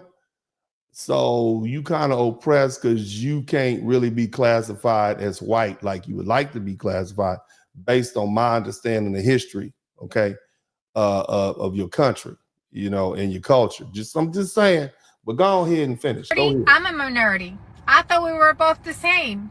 We not. Y'all don't treat us the same. Y'all practice anti-black racism. Blanqueamiento, mejor la raza. Shout out to Everett Tucker. That's what y'all like to do, okay? That's what y'all like. Shout out to Everett Tucker. Thank you so much, baby. I appreciate you. Not you, Ronald. I wouldn't call you, baby. Shout out to Everett Tucker. Appreciate you. I'm gonna read all your super chats at the end. But Except, of course, you're uneducated, I'm educated. How you know that the woman's not educated? How you know that she's not educated? You're just making assumptions now. You said, see, this is when it gets a little prejudicial. I'm just saying. Because only an uneducated person would go straight there, express themselves the way you do. So what about all the white people that's calling y'all all these horrible names and saying that y'all need to go home? Are they also uneducated? Because Donald Trump has an education and he said some really harsh things to you all. And there's a lot of other people that look white, real white people, quote unquote, real Americans that are saying some horrible things to you all. And you all don't have any smoke for them. Okay. But I'm just saying. And why was your window down at the same time her window was down? Okay. And you might know there's a song called The Tango. It takes two to tango. I'm just saying, it looks suspicious. Somebody write suspicious in the chat room. And see, you do. And are you a natural blonde? That's the other thing, because you don't look like the Latinas that I've seen most of my life. You look like a blonde. I mean, what are we doing here? You got blonde hair. You're natural. Do this blonde. every day, except this time somebody had a camera and recorded you. Somebody. I've been saying all along, it's going to be a long 4 years Not for us. of the MAGA group hating on Latinos. She's a MAGA? No, that was a black woman. And I know from the statistics that 92% of black women voted to keep all of this that's happening right now out. Okay, 92% of them. So she's probably not MAGA. There's a 92% chance that she voted for Kamala Harris. Shout out to Cody Marshall. And so the question is, what happened before the video started rolling? And why did you just post that video up? You see what I'm saying? I'm just asking questions. I'm here for questions. I just got questions. But it's very disappointing when the hate also comes from the black community. Oh, it's very disappointing when the hate also comes from the black community. Now, I'm going to deal with this tomorrow in some detail, but I want y'all to listen to this. This brother right here, this is one of our elders. He's an old lawyer from way back in the day, and he helped with the civil rights movement. We're going to learn a little something real quick, a little taste of. We're going to do this tomorrow in full-blown detail. Y'all make sure y'all come back here tomorrow at 7. We're going to deal with this, but I want you to hear what our brother has to say. I'm going to give you a little taste of what's coming in tomorrow, but listen to what our elder brother has to say. Now, the gentleman above him, his name is Gus Garcia, and he was an attorney that represented LULAC. He was the president of LULAC, okay? And that was an organization set up for Latino people. And they purposely worked against black people getting their rights. They didn't believe in it. They didn't want to have anything to do with black people. In fact, their goal was to be reclassified as white, because they literally, Mexicans wanted to literally join the oppressor class. So before 1964, they wanted to be white. And the brother right here is going to tell you that it was after 1964 when black folk got their rights. That's when Latinos said, oh, well, we want to be brown. We're a minority. So I'm going to disagree with this lady when she said she's a minority, because this man in the course of this project is the ways that African-American civil rights workers and Mexican-American civil rights workers did or did not collaborate on things. So were there examples in the Democratic Party or in your legal career? Or look at my man, he trying to be judicious because he probably got some Latino grandkids and great grandkids. Go ahead, go ahead, brother. Let's get it on out. In any other area where that happened? Let me say it to you this way. There was not a whole lot of coalition with the He said there was not a whole lot of coalition. Mexican-American community. We did all, well, let me be real candid. Back in the good old days, when the Mexicans had certain privileges that were denied blacks, they made the difference themselves too. after the Civil Rights Movement became successful and we got the passage of the Civil Rights Act, the community, or the statement in our community was, Mexicans started saying, me minority, me minority, me minority. And it was only after that point that they began to actually proclaim themselves as a minority. So it sounds like they were opportunists. That's what it sounds like. And I'm looking at what this fella Gus Garcia, the Mexican-American civil rights attorney, he said, I know Negroes aren't getting their full share of democracy, but frankly, I'm prejudiced against Negroes, and I do not believe that they are entitled to everything that we get. You understand what I'm saying? So let's go back to this lady right here and let her finish. Not all the people. Let's go back. Now, what were you saying, ma'am? Go ahead. Now that we have the historical facts. Latinos, but it's very disappointing when the hate also comes from the Black community. So that whole 60, 70 years of y'all fighting against us and trying to get classified as white so you could join up with the real white folks, we just supposed to forget that, right? Because we knew something was up. But nevertheless, we're going to deal with that in some great detail tomorrow at 7 p.m. But we're going to let her finish this. Of course, I know that not all the people in the Black community feel the way you do. Yeah, but a lot of people are, because y'all keep harassing them. That's why you keep messing with them. You keep giving them a hard time. And see, we going to be like, okay, all right, you want our attention, you're going to get it. And you're going to get people like me going all through the books and the history books and whatnot. And I'm going to give it to them in a way in which they can understand. And they're going to be like, oh, that's how it is? And I'm going to say, yeah, that's how it is. And then, you know, y'all are going to get in the category. They're going to put you over there with them white folk. And you don't want Black folk treating you like white folk. And you don't really have the defenses that white folk have, because you'll be getting roasted everywhere. You will not be included. You will not be able to come to the barbecue. All right, let's keep listening. You also know that not all of them are uneducated. Them, not all of them. Let's go ahead. Not all of them. Not all of y'all are uneducated. I just want you to know, not all of y'all. Not all of y'all are uneducated. Not all of you people. And downright ghetto. Oh, damn. We just ghetto now. Y'all don't have no ghetto in y'all at all. Okay, I could have been some places south of y'all like got mountains of ghetto, but it's like rural ghetto. Anyway, deep Brandon water. But I digress. Yeah, you pick up a book sometimes and you'll realize that you are just as suppressed as we are.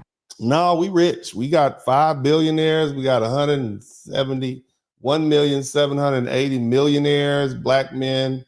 By the time they reach middle age, they get to be upper middle class or rich. We have Black women who are being entrepreneurs at an outstanding rate. They're the most enrolled in college, and we hope that will lead to the most educated group at some point. So no, we're doing all right. We're not like y'all. Okay, we got over 100 historically Black universities. We got towns that we run, and see, unlike y'all, we didn't just we didn't just come beat people up. They invited us in. They like having us around.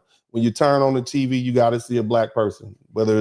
We had 3 Black men on the internet this Sunday. That it was we had Kendrick Lamar and 2 Black quarterbacks, and so we're everywhere at the same time. In the United States, unless you look like them, you're also on the chopping block. No, we not. We've been on the chopping block. We've been doing what we've been doing a long time. We got this under control. It's new to you, okay? But let's go ahead and get you on up out of here. Go ahead. In the amount of crime. I want you to listen to this. For you Black women, I want you to hear what your sister got to say. I bet not catch you marching for nobody. Bet not. In the streets these next 4 years, unless it's for another Black woman. You bet not take that cape off. Take it off. I know we have a problem with just letting things be. When we see a problem, we got to solve it. We got to help everybody, because that's what we have been trained and ingrained to do. Lay down. Rest. Let it burn. Let it go. Stop fighting. Because we put in the work. We've always been on the right side of history. We've been putting in the work since before we were even seen as humans. Let it go. Let it burn. We are wonderful people. We are wonderful people. Let them see. Because we've been saying it for years. Let them see. You better go lay down and relax. Let it go. Let it Everybody that's not I want you to within that circle. look. Let me explain something to you. This sister right here, she meant every word of that. All right. We are wonderful people. You understand? We are wonderful people. Black men are wonderful people. Black women are wonderful. We get pushed, and we do what we have to do to get our way out. But I need you to understand, this is the nature of the black man. Look at my man out here. And ask if he can do anything to Little make white some boy. money to take his old lady ID. The little white boy say, "Can I cut your grass? You do something to take my old lady." You do, but we're gonna make sure you take your old lady ID. Take your old lady. Look, this is black men right here. Look at that. So little white boy came to his house and said, "Can I do some work? I got to take my old lady out." Look at him. Look at him. This is us. Now look, I want all the white people, all you white folk out here who are looking at my bro. I know y'all be secretly watching. Okay, I know you secretly watch.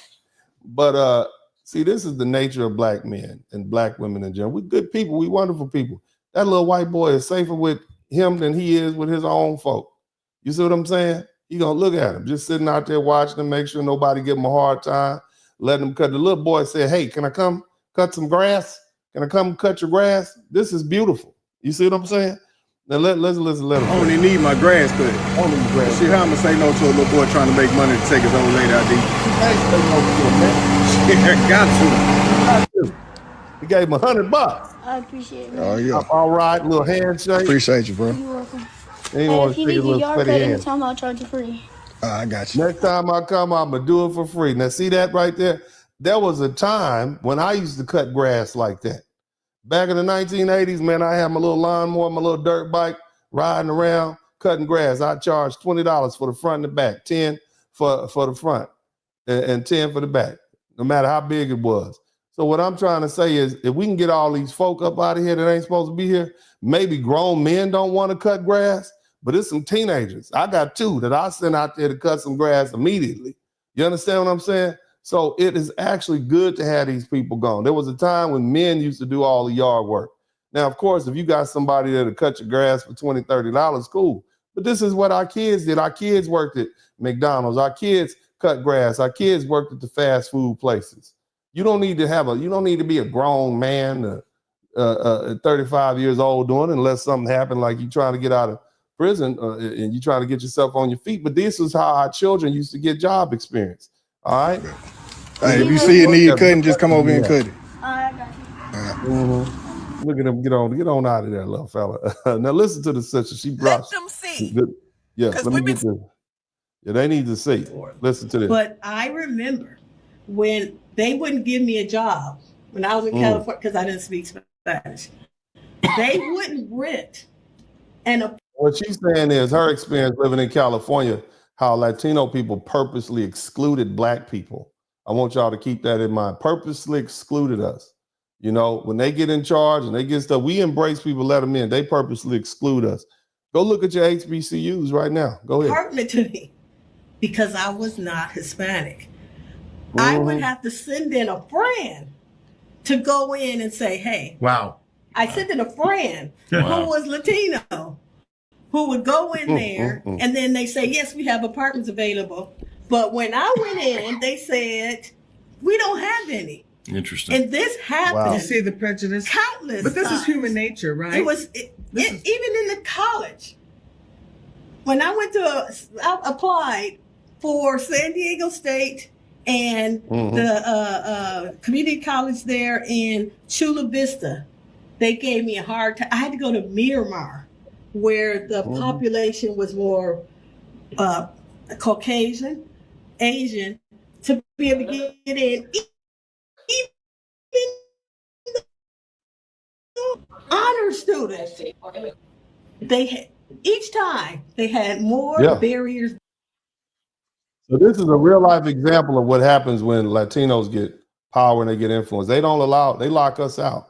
And I remember my mother telling me stories about the issues she had at LAUSD, because at that time when she was a school teacher, you had a lot of El Salvadorians and Mexicans coming up to the United States. And I remember having the little ESL classes, and like they would always have like an aide teaching the little kids, and then my teacher would have to spend her time over there. So we got less instruction time because they had to tend to kids who might be 4th, 5th, 6th grades that they didn't even speak English. Now, keep in mind, it was our tax dollars paying for that, but they were literally trying to push the black kids out and make room for the Hispanic kids. And I mean, you know, that's not fair. Just straight up, it's not fair. If your family has been paying taxes and property taxes for decades to get these schools right and get them where they are, and then somebody just shows up and they just enroll them in school, that's not fair. You see what I mean? You paid literally hundreds of thousands of dollars over 10, 20, 30 years. And now your kids, it's time for them to get an education and somebody else is still in the teacher time. Resources are limited. To stop me from being able to get But in. this is human nature, So they create right? that. This is human nature, how human nature works. And this is why I'm saying white Americans and black Americans matter, because they've been in the country longest. Yeah. So these other groups that have just come subsequent. White Americans and black Americans matter because they've been in the country longer. I'm going to tell y'all something. And y'all might not like what I say, okay? But for all you black folks out there, you have more in common. Those of you all who've been in America and who have families in the United States, you have more in common with a typical white American than you do with somebody who might be your skin color, who's fresh off from their own country. Just culturally, they're different. They're not American. So I just want you to keep that in mind. I'm not saying you need to go cozy up to white folk. I'm not saying that at all. I'm just saying as far as what your values are, what you believe in, your hierarchy of needs, you have a lot more in common with white Americans than you do with folk who just got here. I'm just saying. Just keep that in mind. We've been here for hundreds of years. You see? So you just have to ask yourself, you know, what's in your best interest? Just what's in your best interest? That's all I'm asking you. What's in your best interest? I tell y'all to vote your interests all the time. I'm not telling you what to do. I'm not saying racism is going away. I'm not saying it. I'm just saying you got a lot more in common with folk. You can be on the same page with people like that. I'm not saying everybody who comes over here is not somebody you can get along with. I'm just saying it seemed to me, you know, we got a lot of people over here that just showed up after the 1965 immigration bill popped up. And black folks and white folks had our issues, but it seemed to me like we had been working those issues out. It was hard, it was difficult, but we fought wars together. We defended this country together. We have the same culture together. Hell, most white folk got a little black in them and most black folk got a little white in them. I'm just saying. And on top of that, we eat each other's food. We speak the language. I'm just saying. And when you start bringing folk over here from El Salvador and some of these Arabian countries and so on and so forth, it looked like it looked like things get sparked up because they're not helping. Because a lot of them want to kind of team up. A lot of them want to try to run up next to white folk and then pick on black people. Like that's the thing to do. I'm just saying. I'm just saying what I'm saying. It's an observation. It is what it is. But and I also think that we benefit as Americans from getting some of these people that are not supposed to be here out of here because there's less competition for college admission. There's less competition for jobs. These jobs are going to get done. You understand me? These jobs are going to get done. These roofs are going to be put up on these houses. These lawns are going to be cut. You understand me? These fruit are going to be picked. Whether or not, shout out to Yvette Tucker. Thank you so much, Yvette. We're going to get it done. And anybody that doesn't think that we can rely on our American ingenuity to get stuff done, they just foolishness. Do y'all know that they have machines that pick cotton now? So I'm sure they can convert those machines to pick some of this fruit.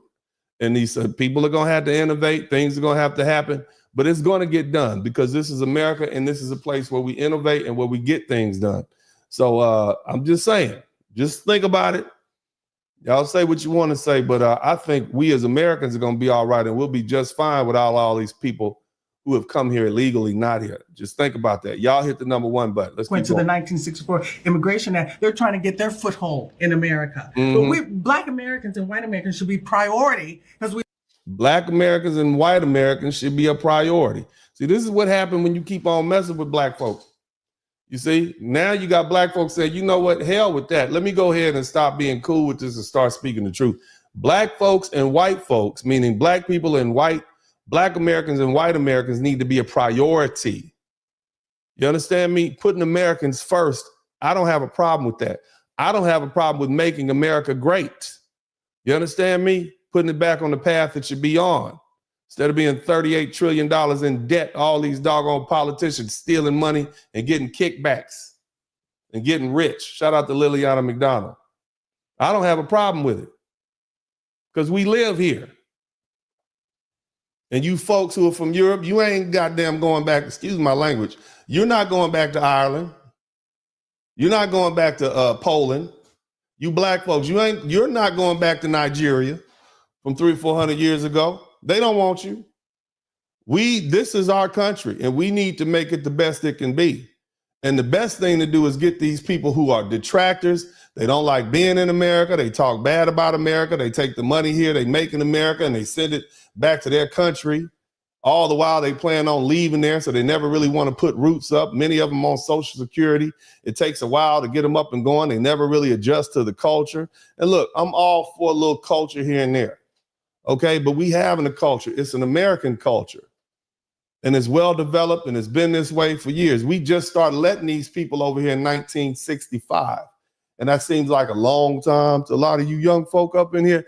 But in relative terms, it's not a very long time. But before that, it was just black people and white people. You had Native Americans, you had a few Hispanics, you had a 3% Hispanics, you had less than 1% Asian, and we were on our way. But at that time, we had a great educational system. We were sending people to the moon. Okay, we were winning wars. Not that that's a good thing. I'm just saying, morale was up. So I mean, it's just something to think about. And I'm all for people who want to be in this country, who love this country, who appreciate this country, who appreciate what our ancestors fought and died for. However your ancestors got here, where they immigrated here, where they walked up here, where they were brought here on the hulls of ships. We're here now. And we have an obligation to make it the best it can be right here in America. And we don't want people over here talking bad about America and just disrespecting it. Yeah, America's not perfect, but damn, we're better than some of these other places. How about Russia? Would you like to be in Russia or China? Go down to Mexico right now. Go any of these other places. There's a reason why people are running up through the borders and breaking in our country trying to get here. Shout out to Solomon 31321. Thank you so much.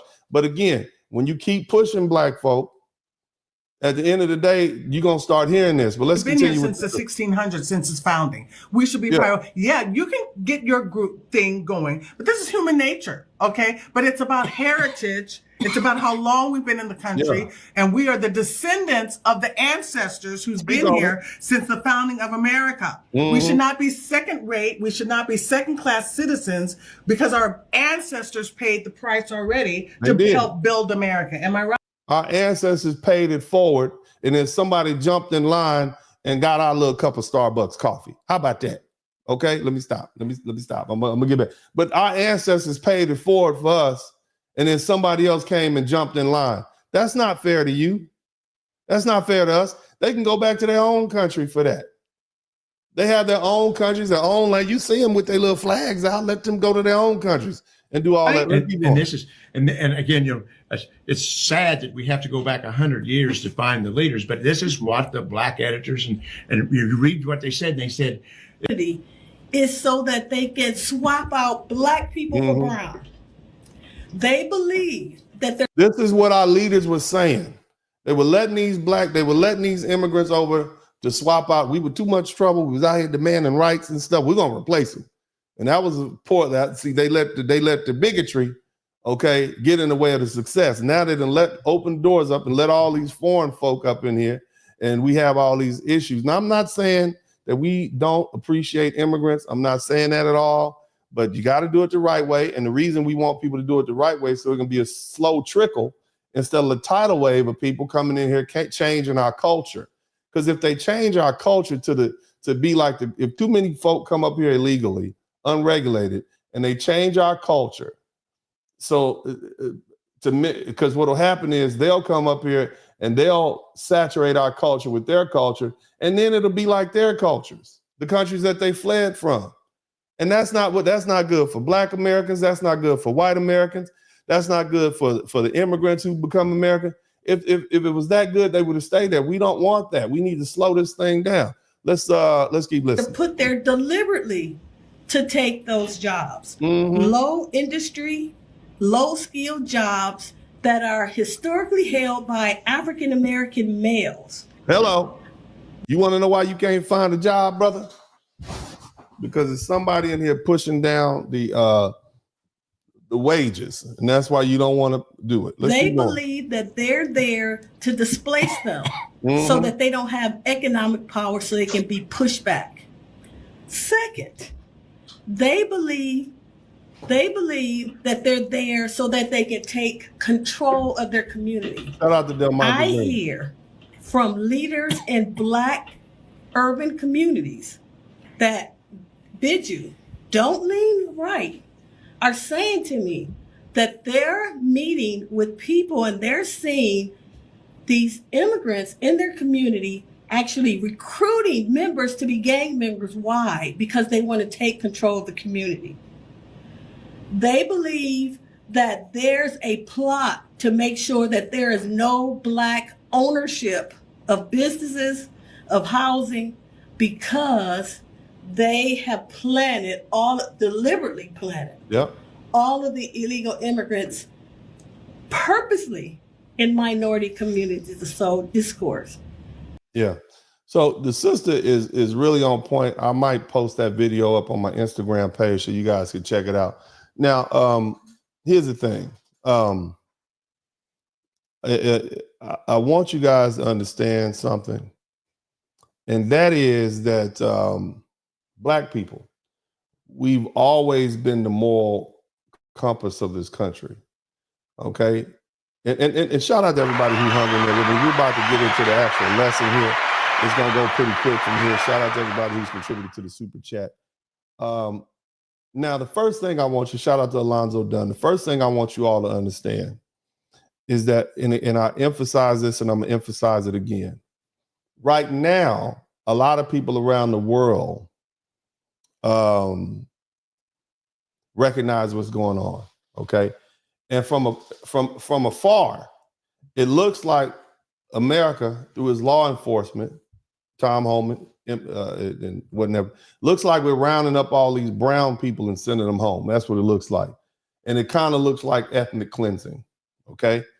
Now, we understand that it's actually, we're getting rid of people who are criminals and who are not supposed to be here, who are undocumented, who are illegal aliens. Okay. But the way it looks racial. Okay. Now, typically the people who've been at the forefront of the racial fight when there's injustice going on have been Black people. But Black folks are resting. Somebody type resting in the chat room. So what does that mean? If we resting, then we're not getting involved. You understand? Now, I saw this video, okay? And this is something I want, this is kind of what inspired this fella right here. I want you to listen carefully. Here. Listen to what he says, okay? Because everybody notices that we're resting. Everybody sees it, okay? Now, I don't see a whole lot of white folk trying to call us out. They are making songs for later. I saw a couple of, I'll maybe share that with you later. But listen to what this white fella has to say. There's a group of people out here that can literally change the world, but they have every right to not to want to. Did you hear what this young man said? There's literally a group of people who can change the world, but they have every right not to. And y'all don't think they know your history and know your power and your influence. Who do you think he's talking about? We're going to let him tell it. And that is the Black community.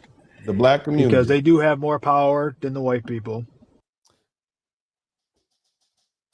Did this white man just, did this whole complete entire white man just say that Black people have more power than white people in this country as far as influence?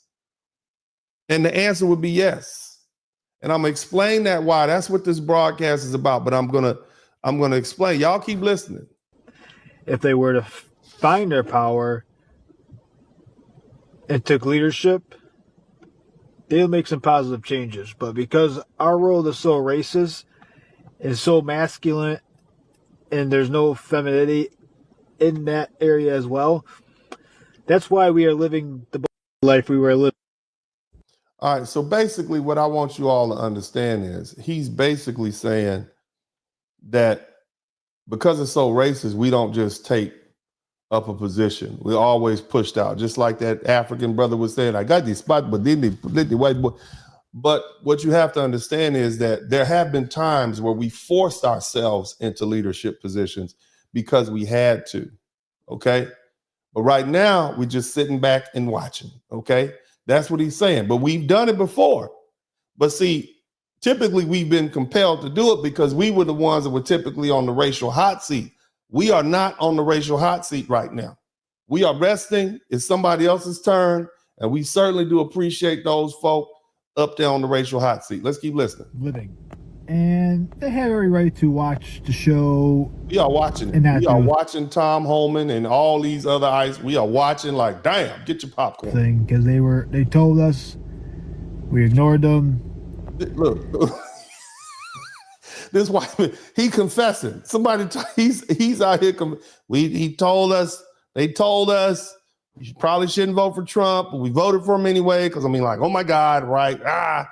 Wanted to stick it to the libs, and now the racism is everywhere. Oh my God, right? It's just looking bad. Okay, and they can tell. I want you to listen. And now the whites, sir, you will not say whites like that. You will not address your European ancestors like whites. You will not say that, whites. Let's hear it again. The whites. That was aggressive the way you said the whites. Shout out to Johnny Harris. And now the whites are really the ones that are around and finding out. The whites are effing around and finding out. Y'all may not be understand what he's saying, but I'm gonna show you in a minute what he means. It's a lot of pushback from that, what they're doing. Because on the outside, okay, and it kind of on the outside, it look like y'all just targeting brown people. You got black folk on the internet confessing and everything. The black people, they were right. I did not know. I should have apologized. Look at this. We got another one out here fessing. Look at another fesser up here. Africans coming to the United States are immigrants. Yes, that's what we've been telling y'all. First and foremost. Yes. Then whatever country they're from. And then at some point, they're black. Black Americans put black first and foremost. We have to. And then everything else goes below it. And so they're thinking when another black people come to our country, they're going to want to integrate with us. If anything, for us as Africans. That's why we had that whole 1965 immigration bill that got rid of racial prejudicial quotas that only allowed Europeans to come over. Let 150,000 Europeans come over to every 100 Asians, and no blacks were allowed. Okay, but we let, and it wasn't even the Eastern Europeans. It was the Northern, Western Europeans. But yeah, that's what we thought. We thought y'all was gonna come over here, get down with us. Obutu, you're back, my brother. Come in. We was gonna be making trips and buying all your stuff over there and coming over there, but y'all didn't do that. Africans to feel like that's my brother, that's my brethren, or whatever. You have to come from the same tribe as us because we have so many black. We don't know what tribe we from because y'all ancestors, that's our mutual ancestors. Somebody shout out to TIQ. Our ancestors, right, sold us into slavery and said we wasn't the same people because we was from a different tribe. And then we was like, oh, that ain't no big deal. You tripping. But then when y'all come over here, you like, no, you're not my brother. You are kata. You are kata, lazy. You don't work hard. America is good. The whites are good to me. And then we was like, all right, then, whatever, fool. Okay, that's what happened. But go ahead, baby. Go ahead. All this fessing that they doing on the internet now. People around, we don't automatically pre-select for black, but black Americans don't have so many black people around, have had to defend and protect their culture amidst a dominant white culture. And so they already pre-select and are overprotected. Y'all knew this already. Y'all already knew this already, but y'all still out here calling us lazy and say we don't work hard. We didn't think y'all knew. We've been trying to explain that to y'all for a long time. But go ahead. Go ahead. Black. There's like a deep misunderstanding because of where we put our identity markers and what we put first and what we prioritize are so different culturally because of our different. Yeah, you could be light, bright, damn near white, or jet black as midnight and still be white, and still be black in the black community. But y'all would call some people who light skinned, you call them white. Some people who not light enough, kind of black, but everybody's an American, okay? And so you don't treat us like your brother. But then over here it's different. Go ahead, baby. Differences in trauma. Yeah, a lot of trauma. Okay, so y'all see what I'm saying? It's a lot of fessing going on the internet. It's a lot of fessing and babbling going on these internets. But let's keep listening. They told us many years about everything that we're living in. Yeah. And we told you. They have every right to watch the show and watch the struggle. The show. They don't need to do anything. We ain't doing nothing. Because they tried. Because people are so ignorant, racist, and that's what we've been saying. Think they're better. That's what we've been saying. You need to tell this lady this. Because see, they all got all this smoke for black folk. I need you to tell. Fucking around and finding out because that's what they voted for. Yeah. They're undocumented immigrants. They cannot vote. But baby, your people voted 60%. They knew that they had undocumented Some immigrants. of y'all's humanity. Like, y'all want to act like humanitarians here on TikTok and see, here's the thing. She's talking to black people. Why you got all the smoke for us? What do? All the black folk did was try to vote the lady in. And then you see a poor, innocent family get. We saw that ahead of time. And y'all still voted 60% to have that poor, innocent family taken away into a detention center, and y'all say they deserve that. Y'all deserve to be deported. Here's what you get. I understand if this was like, MAGA Latino families that were getting accidentally detained. That would be like a little silly, but detention centers are not. Those are not silly. But it's innocent families. You all voted. You voted for them. Families that didn't vote, that could not vote, children that could not vote, grandparents. The ones that could vote did vote for him. Okay. Parents that could not vote. They just started sending migrants to Guantánamo Bay, and they're not letting us know their names, what they're charged with, who they are. Literally nothing. Do you know what happens there? But y'all voted for this Cubans from the Miami area in Florida are facing deportations. They voted for him. That's because thousands of those Cubans filed for political asylum and were granted political asylum, except they went back and visited their homeland of Cuba. Well, the big deal is that when you file for political asylum, you're declaring that your life. Yeah. I want you to understand that Latinos are mad. Okay, they're very mad. And there are a lot of people around the world that are angry with white folk. And this is I know y'all like, man, land this doggone plane. I'm gonna land the plane. I need y'all to understand. This is the second most important video I want you all to check out. And I'm gonna address it a little bit later, right here. Listen to what she's saying. All the white folk who are listening. All the white people out there listening. See, this is what happens when people perceive racism and it's overt. Everybody in the chat room type overt. And speaking of which, y'all hit the like button. If you hadn't hit the like button, I hadn't said that in a while. Hit the like button, hit the LIKE button, hit the like button. When racism, it is overt. Listen to the response you get, okay? Somebody type 7% in the chat room. All I gotta say is, if you're American, very pale American. She said, if you're a very pale American, this ain't me, okay? This ain't who she talking to, okay? Keep listening, keep listening. I hope you don't have plans for spring break in Mexico because... My type spring break in Mexico, that's coming up pretty quick. Spring break in Mexico, pale Americans, keep listening. There's a lot of people that are mad right now. A lot of people mad right now. It's not just Mexico, it's Colombia, Brazil, lots of different places. Mexico, of course, but keep listening. And among other things, you wouldn't want them spitting in your food. What? What'd you say? I don't think she said. What'd she say? You wouldn't want them spitting in your food. Ooh, oh my God. Oh my God. Are you talking about retaliation? Oh, so in response to this, what you perceive to be overt racism, which in actuality, white people have the right to send these folk home, right? But now you have 7% of the people in the world, because it's not just happening in the United States. Okay, you got pushback coming from Western countries trying to send everybody home. whether you're in the UK, Australia, et cetera, et cetera. But remember, they only comprise 7% of the world population. So to practice this open, bigotry, that is so is not hidden is a problem. But let's keep looking. Or your drink. Or your drink. If you talk about putting At those all-inclusives in Cancun. Yeah.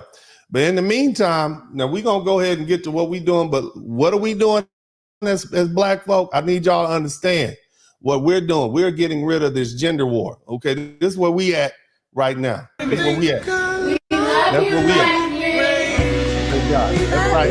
We're going to get all we love you, Black women. We love you, Black men. Thank you, baby. Thank you. We love you, Black women. Uh-huh. Love you, Black men. All right, baby. Y'all. That's right. That's where we at. We're where we at. Yeah. Love you, Black men. We love you, Black women. That's where we at. We are there, okay? Because we're going to let these folks have a shot at not getting along. And we just going to go ahead and go on our peaceful little business and live our lives and keep doing what we're doing. Now, here's the thing, okay? Let's get down to it. Let's go ahead and get down to it. So foundational Black American, our history is always the one fighting for everyone else. Okay. And let's get this straight. This country would have collapsed a long time ago if it weren't for Black Americans dragging it, kicking and screaming towards justice. When women wanted the right to vote, who marched with them? Frederick Douglass marched with the white women, advocated for the white women. What about when the workers demanded wages? Who stood with them? A. Philip Randolph. Even Dr. Martin Luther King, the reason that he was down there in that hotel in Tennessee is because he was there to advocate on behalf of the trash workers. Okay? So that was his thing.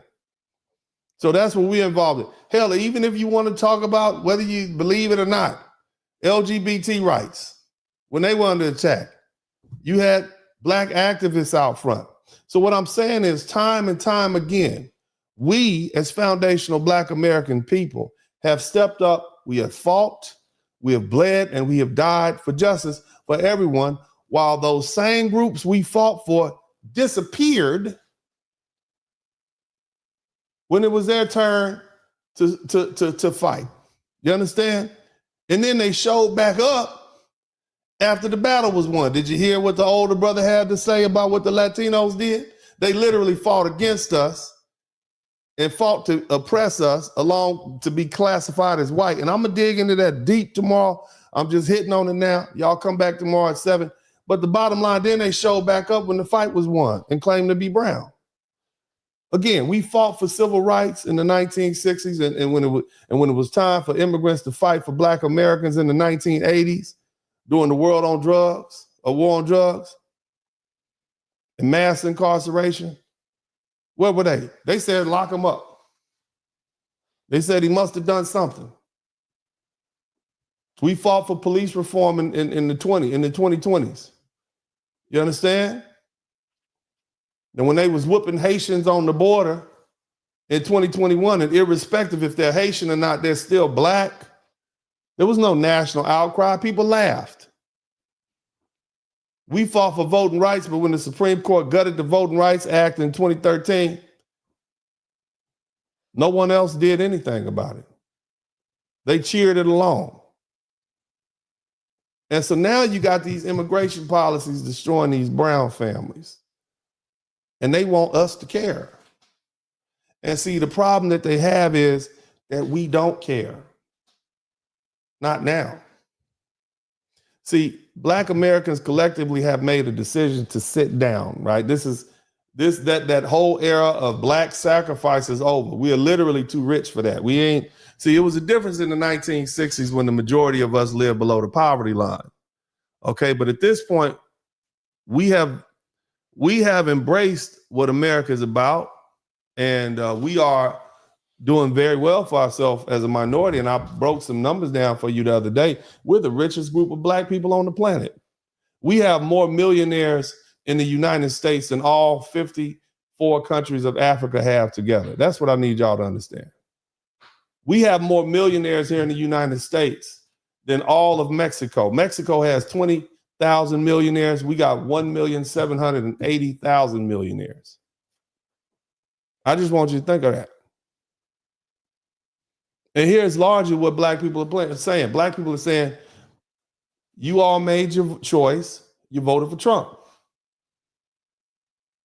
You align yourself with what you thought would be whiteness. I guess you were trying to get some favor, thinking that would protect you. And now you got to deal with the consequences. Mexican Americans, they literally fought against civil rights in the 1960s for black folks so that they could get classified as white. They didn't want to have anything to do with us. And they made a choice. You had Latino communities in Los Angeles that formed anti-black gangs just to terrorize black neighborhoods. They made that choice. Shout out to Mystic Media. When Asian communities, they stood silent when we fought against police brutality. They made a choice. And now Trump's America is coming for them. And they suddenly remembered that black Americans have always been the ones to lead the fight for justice. And they're wondering where we are. And I think we've collectively said, not this time. No, not this time. You all are in the racial hot seat. And we're not your mules. We're not your foot soldiers. And we're not going to save you. See, I'm gonna have to get some more water, you guys. I'm out of water. I'm gonna go get some more water. I'm gonna run this commercial. But when I come back, I want to really dig into this. And I'm gonna talk about how our country, the United States, has always relied on Black Americans to be its moral compass. And we're the ones that forced America to confront its evil. And by doing that, we saved America. Okay? We saved America from itself. We saved America from the wrath of the world. And so the questions we have to ask ourselves, and the question everybody with good sense should be asking themselves, is what happens when Black folks stop being the compass, when we stop working? I'm gonna get some water. I'll be right back. Y'all hit the like button. Y'all. It's a party going on. Hit the like, hit the like, hit the like, hit the like, hit the like, hit the like, hit the like, hit the like, hit the like, hit the like, hit the like, hit the like, hit the like, hit the like, hit the like, hit the like. It's a party going on. We all looking at Dennis. Scrolling and subscribing, only take you a minute. Hit the cash app, super chat, be a penny. One is real good, but 20 more will be plenty. Blizzard King pay a visit. Big Blast my witness. Appreciate the love that's Black men doing business. Stand up, father and brother, lawyer is he. Hall of Fame game, he's known as Uncle D. Tell it just like B, representing for we. We know time is money, you learning and pay a fee. Know it's cold outside, but the podcast hot. Giving you a feeling that these others ain't got. Say it's cold outside, but the podcast hot. Giving you a feeling that these others ain't got. Yeah, know that the blizzard come through. Bundle up for the winter, know this hit. Darren Hay watch views. Hit the like, you know that the blizzard come through. Bundle up for the winter, know this hit. Darren Hay watch views. Hit the like, hit the like, hit the like. We still look at all the beautiful music that we've created. That's what's on the inside of us. We are wonderful people.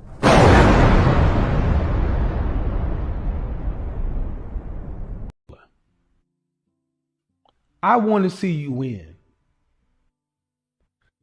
And I put pressure on us men to understand how we did not get our masculinity training. And we have been doing our work, okay? But now it's time for you ladies to understand you're going to have to bet on us like you want us to bet on you. I talked to several men this week. I don't just get on here and talk shit. I have men I call around the world and I ask, what do you think about this concept? Level set me. Shout out to brother Dennis Spurley. Dennis, I'm not going to get, I don't want to tell people's business, but I'm going to tell you, high value men retire their women or make them come work for them. So, ladies, what is it? All right, we back. Shout out to the late great Kevin Sherman. Shout out to everybody in the chat room. Look, man, let's get down to the nitty gritty. Okay, let's get down to the nitty gritty. So, what are we talking about? Black folks are resting. We will not save you again. Okay. Again is the most important thing, because I need to try to establish a historical context so that you can understand what's happening right now. We are tired, we are done, and now we're resting, and we're entitled to that. But the question we have to ask ourselves, and if you got white folks saying, hey, you know, there's a group of people who could save us from ourselves, isn't that something prophetic to say? You have this very, very white man on the internet saying there's a group of people that can save us if they wanted to. Shout out to Johnny Harris and Miss. I don't know if I got you guys on the super chat, but I don't know when I was gone. So, look here. What happens when we stop being the compass? What happens when we step back and say, figure it out yourselves? Do you think white America is going to suddenly develop a conscience? Do you think they'll have a change of heart? Do you think anything is going to slow this immigration train down? They're going to try to get everybody up out of here. Whether you are a natural born citizen from a foreign country, whether you're a child that was born under the 14th Amendment, a so-called anchor baby, they're going to keep pushing. They're going to keep crushing. They're going to destroy everything until there's nothing left. That's what they're going to do. Without us in the streets, without us in forcing them to change, without the political will, they're not going to change anything. And so what you're looking at is this country is headed towards some rough times. But let's be clear, we will survive, okay? We're going to be fine. Other people might not, because they haven't dealt with it. You see, and the most ironic thing about this whole system of white survivalism is that it always ends up getting on the brink of destroying itself until black folks come in and push them back to sanity. Let's look at the Civil War. White supremacists refused to end slavery. They refused to release that authority and power that they had over black bodies. Not just for work, because slavery wasn't just about work. Okay, it's enough light-skinned black folks in the chat room that can tell you it clearly just wasn't about work. It was about oppression. It was about servitude. It was about white men wanting to have their own fiefdoms. It was about sex. Okay? It wasn't about love. It was about dominance. And they fought, and they fought a war that killed over 600,000 American people just to maintain that position. Even at the point, and here's something most of you all don't know. Do you know that most of those southern plantations were running in the red? In other words, most of them were teetering on bankruptcy. I want you all to think about that. The vast majority of those southern plantations with all those slaves were on there. They weren't getting rich. Some did, of course, but they were running in the red. Look it up. Look it up. So it was more than just a money-making thing. They wanted to maintain their culture of dominance. So what happens if we, as black people who fought for our own independence through rebellions, and we had folk working in Washington, D.C., you know, we had abolition, we had people pleading our case, we were making music, we were writing books, Harriet Beecher Stowe, Uncle Tom's Cabin. We were telling our story. We were fighting against them, forcing a mirror in the white folks' face and say, hey, this is not good. Look at what you're doing. And so they said, all right, we don't want to do it, but we'll let you do it.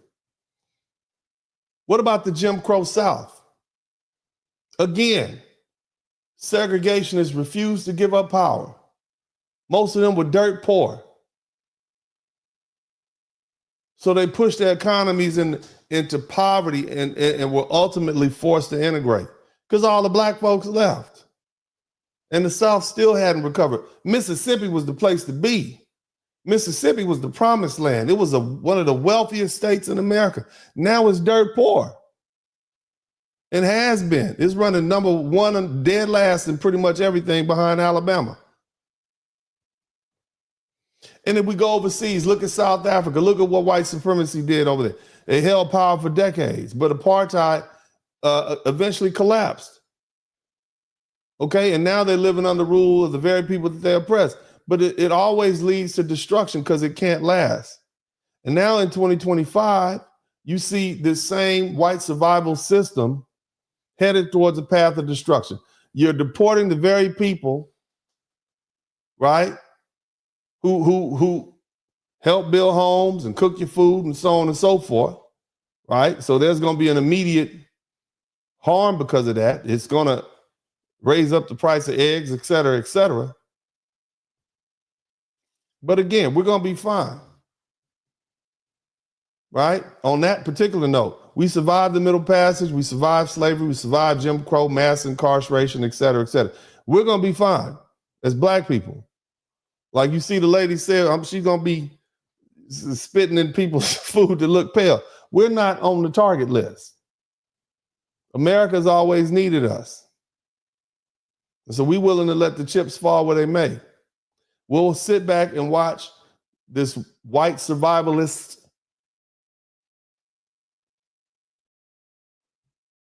philosophy that people have been pushing eat itself. You see, along with the immigrants who align with it. And at this point, black folks are not saving anybody. Now, the thing you have to understand is this. When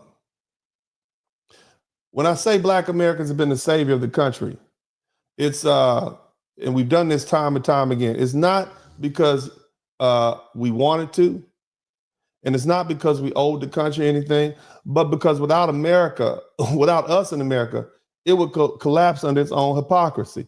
For centuries, we've been the moral anchors and the ethical compass and the only force capable of pushing back against white survivalism or white supremacy. I mean, hell, it's going to be demonetized anyway. I'm saying white supremacy. We've been the only ones to push back. Okay, and that's why we're the most successful Africans in the world. That's why we're the richest ethnic group in this country. Okay, that's why. All right, we got 5 billionaires. You figure it out. We got 5 billionaires and 1,780,000 millionaires in this country, black folks. Okay, and so the question you have to ask is, what happens when we step back? What happens? Remember, they didn't free TIQS. Thank you so much.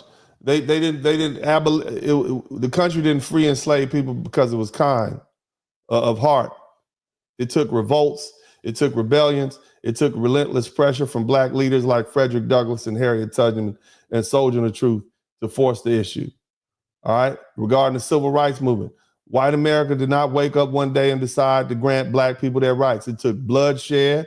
It took protests. It took the assassinations and economic disruption like the boycotts. It took Rosa Parks refusing to move, Malcolm X refusing to bow, Martin Luther King refusing to be silent.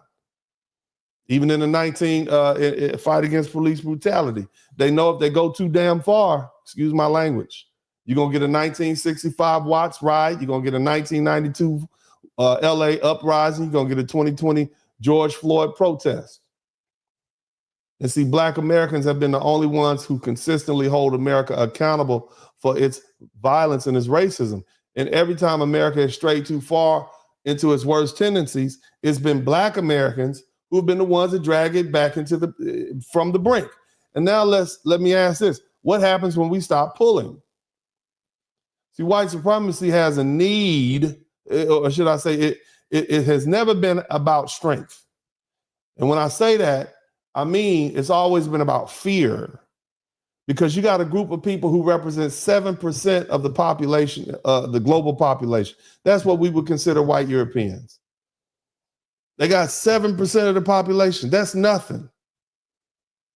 And they've spent centuries consolidating power, hoarding resources, and suppressing others, not because of superiority, but because of the deep-rooted insecurity that they have. What do I mean? Dr. Francis Cress Welsing, the late great teacher, teaches us that white supremacy is based on survival. The colonization was a survival thing. It was a desperate attempt to steal land and wealth from others. Europe is a crappy place to be. Bad weather. Right? What was Jim Crow? Jim Crow and segregation was an attempt to keep black folk and white folk separate, because if we got together, who disappears? Huh? The white folks. So segregation was for that.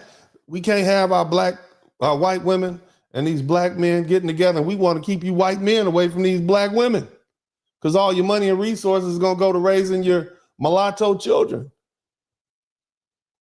And on top of that, we want to keep Jim Crow in place, to keep these laws in place, to keep these folks systematically down, because we can't have them rise, because no matter what we do, they always seem to rise. And so when you see the rise of these white nationalist movements, that is truly a desperate attempt to hold on to power in a world that's leaving them behind. That's what you see happening. But if we look at it, this system is failing because the world is getting smaller and people are getting smarter and resources are being more spread out. Shout out to Kay Woolard. I'm going to read all the super chats when I finish. I just want to get through this. See, here's the thing, though. The more white supremacy overreaches, the more it isolates itself from the rest of the world. Think about that. It begins to alienate the very people who could temper its downfall. Black Americans have been the only ones to force keeping this country from imploding under its own oppression. And yet white America refuses to listen, as they've done this time. It refuses to see that our liberation is tied to its survival. You understand? Some of y'all are getting it, some of y'all aren't. See, if we let these folk go too far, you know what it's like? It's like a parent. Let's say the quiet part here. For centuries, Black Americans have been the moral parents of a society that behaves like an ungrounded, reckless child. A child who is brilliant, but irresponsible. A white child is powerful, but immature. Relentlessly curious, but completely devoid of wisdom.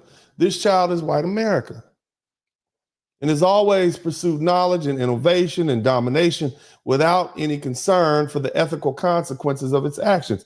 It has built beautiful, wonderful civilizations. It has amassed wealth, it's conquered lands, and it's manipulated entire economies, all without ever asking the most basic question, should we?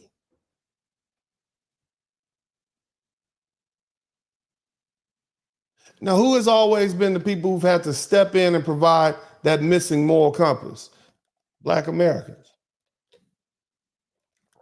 You're going too far. Calm down. Look at the history of the Western world and you'll see a same pattern repeat itself.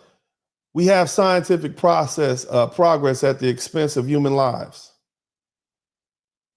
From the Tuskegee syphilis experiment in 1932 to 1972, where Black men were deliberately left untreated to study the effects of syphilis, to force sterilization of Black and indigenous women under ethnic eugenic programs. See, America's never hesitated to sacrifice morality for power.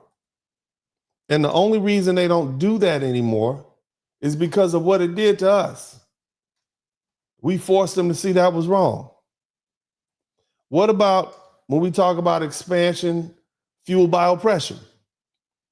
We talk about the transatlantic slave trade to modern mass incarceration. You have Black bodies have always been used as currency to build white wealth. And they had to reform that because we're like, nah, y'all can't keep doing that either. Whether we're talking about mass incarceration or whether we're talking about the transatlantic slave trade, this has to end. Can't keep doing these people like this. What about the reckless pursuit of dominance? And whether it's through colonization or war or corporate greed, white America has proven time and time again that it will burn the world to the ground if it means holding on to power. Shout out to Jamal Smith. And every time, Black Americans have been the ones forcing this country to stop, look in the mirror, and ask yourself, at what cost? See, without moral leadership of Black Americans, this country would have consumed itself in its own corruption long ago. We were the ones who made America confront the horrors of slavery and demand about abolition. We are the ones with our marching feet and the cameras that were put on us of these folk getting beat and hurt. We made them end segregation. And we pushed it closer to the ideals it claimed to stand for, from our speeches to our songs, to our valor, to our patriotism. We made it change. We made them see our humanity, and we made them feel guilty. That's the truth. Same thing goes for police brutality. We made them think about it. And whether you believe it or not, I'd like for you all to go travel around and ask some questions of some locals about how they get treated in Colombia by the police. Shout out to Alonzo Dunn. How they get treated in Nigeria by the police. How you get treated in Mexico by the police. Go to Beijing. Go to one of these Asian countries. Go to China and see how the police treat you. I know y'all don't want to hear this, okay? I know you don't want to hear this because, fight the power and everything. But as far as police go, ours are pretty tame. I know y'all don't want to hear that. I know. I'm not saying they're the best. I'm not saying that. But go to Jamaica. Go deal with the police officers in Jamaica. Go on down there and see if you don't end up in the side of a bush somewhere. I'm just saying. I'm telling you from what I know. You want to talk about corruption and brutality? America is on the low end. It's not perfect, but my man say, try Haiti. Go to Haiti and deal with the Haitian police. But nevertheless, my whole point is, at every turning point, foundational Black Americans have been the one demanding humanity and accountability and justice, while the rest of the country threw tantrums and resisted and doubled down on its cruelty. You got Latinos wanting to join in with the white man, trying to have their designation be reclaimed as redesignated as white, so they can join in on the brutality, oppression, and dehumanization. Isn't that something? But as Black folks saying, we're gonna make you live up to your ideals. Shout out to Johnny Harris. Look, white America has always been like a reckless teenager, breaking things, hoarding resources, destroying lives. And while Black Americans, we played, we played the exhausted, overworked parent, trying to teach them some doggone discipline. But here's the real question. Again, what happens when that moral parent decides to stop parenting? What happens when Black Americans finally step back and say, if you want to self-destruct, go on ahead. If you want to let white supremacy consume you, be a guest. Go ahead. If you want the world to see you sending all these folk home, you want to send 4 million people back home and watch these folks' economies crash, and then more of them going to come up here and shout up to Calvin MCA. You know what's going to happen if you send 8 million Mexicans back to Mexico at the same time? What's going to happen? What's going to happen if you send them 2 million Guatemalans back to Guatemala? What is going to happen to those countries? They can barely support themselves now. It's basically running on an underground narco economy. And then the idea of rounding that many people up and putting them in cages and shipping them home. And what is that going to do to the nation? You're going to have a whole, and look, man, we have a right to enforce our laws. I'm 100% with it. I just want you to think, Black people, where is this going to go? We've been in this 3 weeks. And you got people who are afraid, there's division, and we see brutality every day. And the thing is, black folks are like, all right, we're not going to stand in your way. And that's exactly what's happening right now. Black Americans are done trying to force white America to grow up. And for too long, we've been the only ones trying to save this country from itself. But if America refuses to learn, it refuses to listen, it refuses to grow, then maybe it's time for us to let it crash and burn in that regard. We're going to be fine. Okay? We've always survived. And I'm not saying it's going to be leave the map, but see, we temper it. We temper that child's aggression. We temper America's aggression.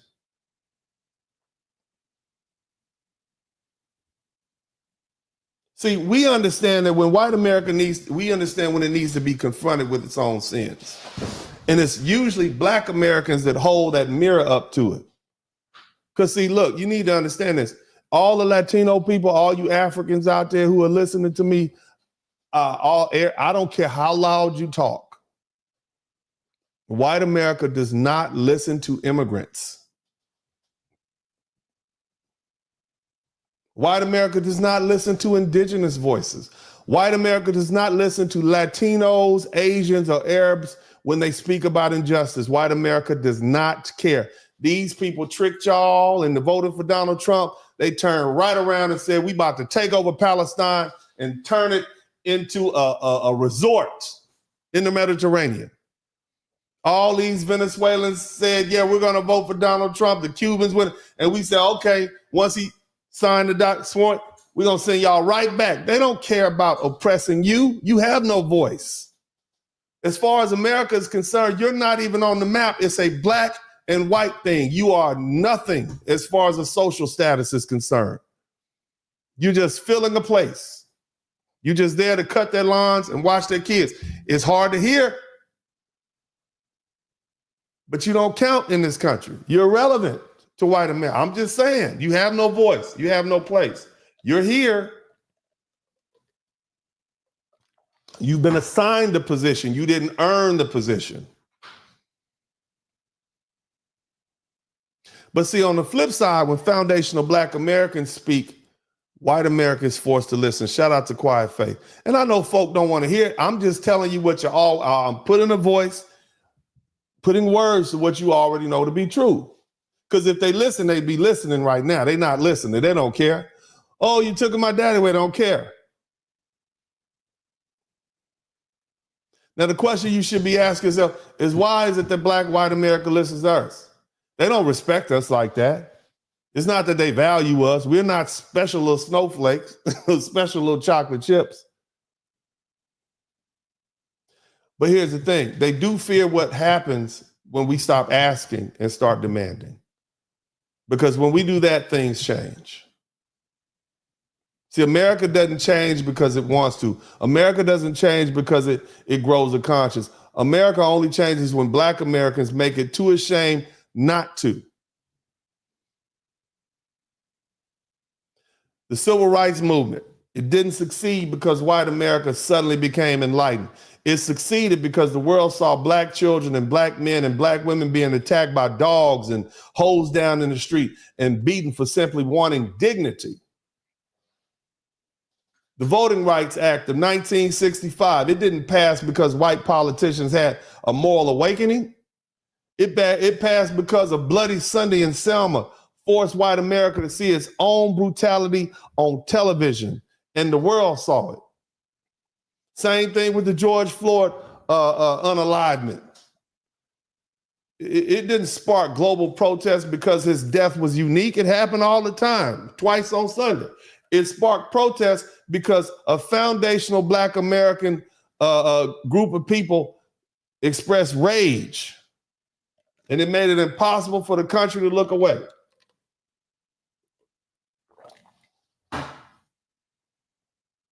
White guilt is the only force strong enough to make America confront itself. Their shame. And that's tempered with the fact that we will have violent uprisings.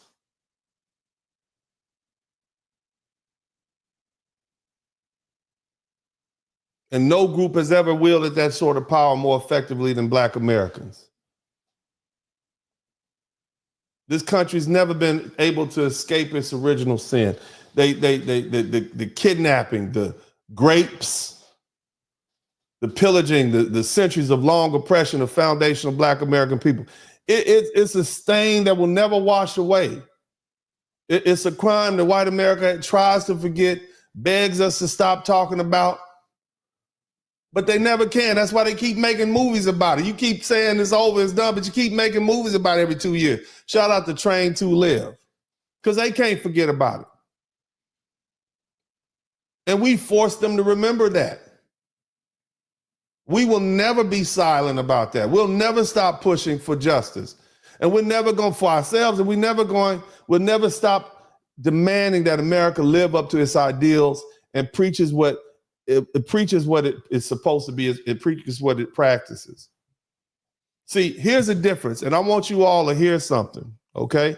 And well, I don't need y'all to hear. You heard the older brother, the older lawyer that I put on earlier when he was remarking about the civil rights movement. All these other groups, and whether we talking about the Irish who got treated horribly when they got here, the Italians, the Mexicans, these Arabs, everybody, they plead for inclusion.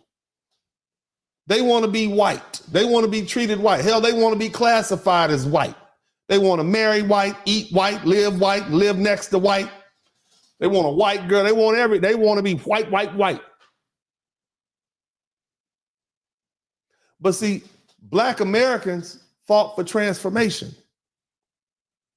That's what we fought for. We fought for justice, not so that they can change our classification. And we didn't just fight for ourselves. We fought for everybody, because everybody who's been locked out of the opportunity to justice and dignity. That's what we did. And here's the thing. We never sought revenge. Even though we have the right to. You see the way that black man kindly gave that little white kid a shot to cut his grass for $100. I wouldn't have gave him $100. I probably would have gave him about 30, 35. I ain't give him $100 now. I'm just saying. But we don't want revenge against white folk. We just want justice, opportunity, and dignity. That's the difference between us. This white girl, this little Latino girl, she talking about spitting in these folk food when they come to Mexico. You know what I'm saying? This is what they want. This is what they want. If you're American, very pale American, I hope you don't have plans for spring break in Mexico, because there's a lot of people that are mad right now. And among other things, you wouldn't want them spitting in your food. A word. Robbing and kidnapping and all that going on. Or your drink. At those all-inclusives in Cancun. In Cancun. You hear that? That's not us. We're not like that.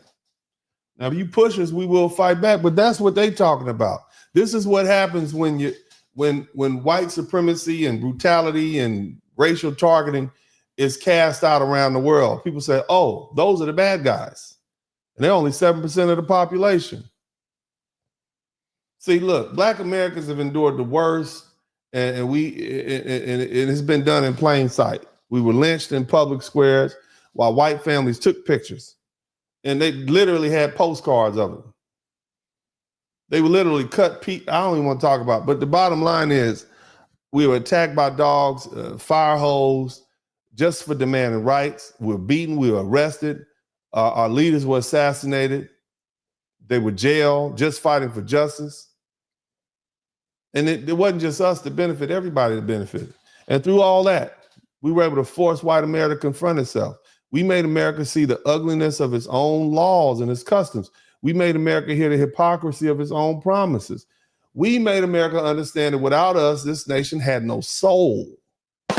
You hear me? Every single civil right advancement this country, voting rights, workplace protection, it happened because of Black people and our struggle. And when the dust settles, who benefits? That's the other thing about it. You want to know why black people are resting now? What's the point of us fighting? We fought for affirmative action, which was meant to recidify past wrongdoings to foundational black Americans. And it became a tool for white women and other minorities to advance while we remain locked up. And that includes our African cousins who just came over here. These diversity programs built on black activism just became a gateway for everybody but us to benefit. You have laws that were passed because of black sacrifices and were used by other groups to climb the ladder, while black Americans were left out and left at the bottom. And you know what they told us? If you just work harder, it's because you're lazy. And then it's funny when they get a taste of it, like that little lady's Jamaican mom, when they get a taste of it, oh, woe is me. I'm both a black person or a black woman, a black man, and an immigrant. Woe is me. See, America's never wanted to be held accountable. It never wanted to change. It has only done so when black Americans made it impossible not to. For centuries, we've been the moral arbiters of this nation, pushing it, sometimes dragging it towards justice. The same justice it pretends that it's always stood for. It's getting better, but we made it get that way. Because we appeal to the sense of righteousness and justice. But the thing is, you have to understand is, without black Americans, this country would still be living in darkness, the darkness of its worst tendencies. See, without black Americans, America would never have been forced to acknowledge its own cruelty. And without black Americans, there would be no democracy, no justice, and no progress. It'd just be white men, rich white men, not even the poor whites on top. So again, are you seeing what now that y'all decided to rest, what's going to happen now? Now that black Americans have decided that we're no longer going to be the moral compass of a nation that refuses to listen, what happens? What happens when we let America deal with itself without our voices, our leadership, or our willingness to fight? What happens? For generations, we've been the moral force in the vanguard, the warriors for the oppressed. But now in 2025, it's going to face a new crisis. But this time, we're choosing to sit it out. And America should be nervous. That's why you got folk from Latinos to black, African immigrants, Caribbean immigrants, they're on the internet copping pleas, explaining how they understand. You got white men on the internet saying, man, black people could save us. We made a mistake. All of them are copping pleas. And I find that very interesting.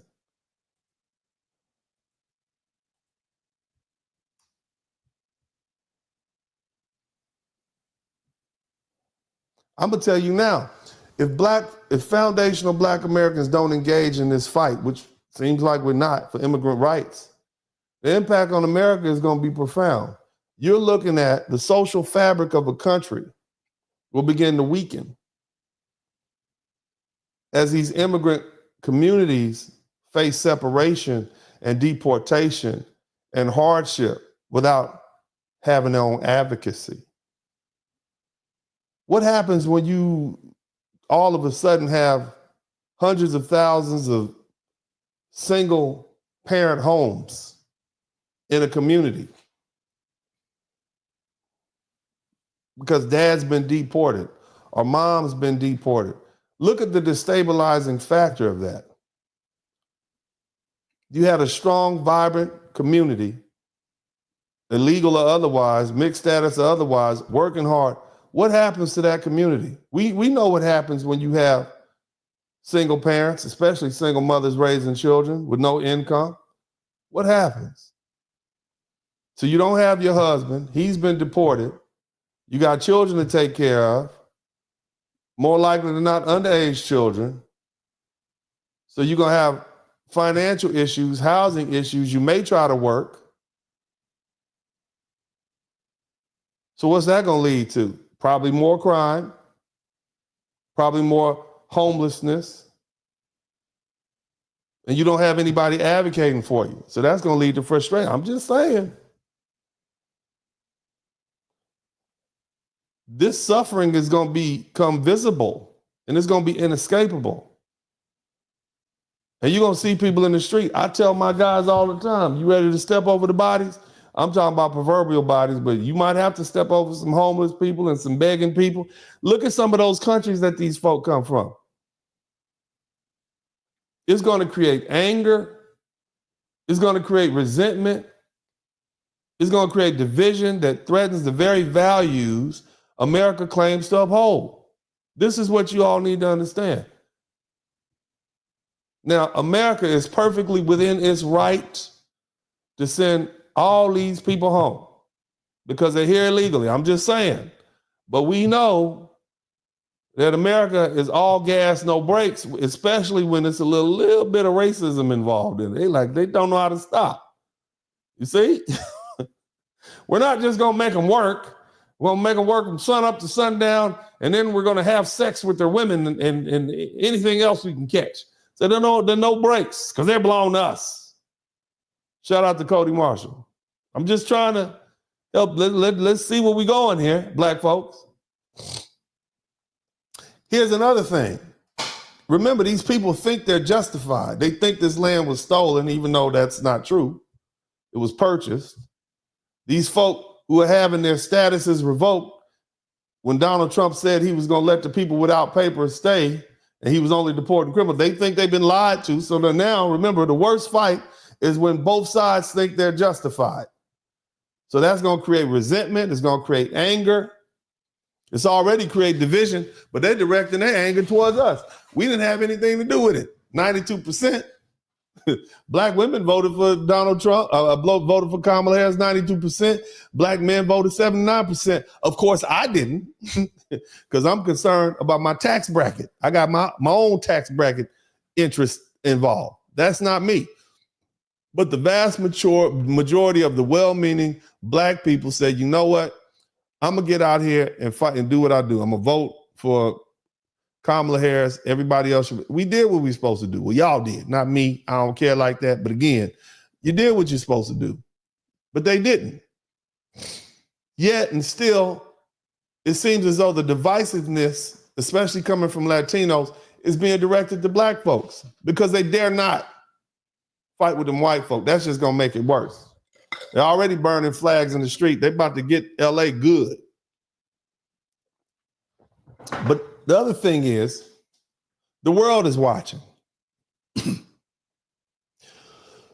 And when I say the world is watching, look, America's already under scrutiny for its racial history. Everybody around the world knows it. And what's going to happen is they're going to be labeled once again as a nation of systematic oppression. And everybody's going to be pointing the finger. Oh, you're land of the free, whatever. You're going to have international leaders and human rights organizations. They'll be calling this what it truly is, what it looks like, ethnic cleansing.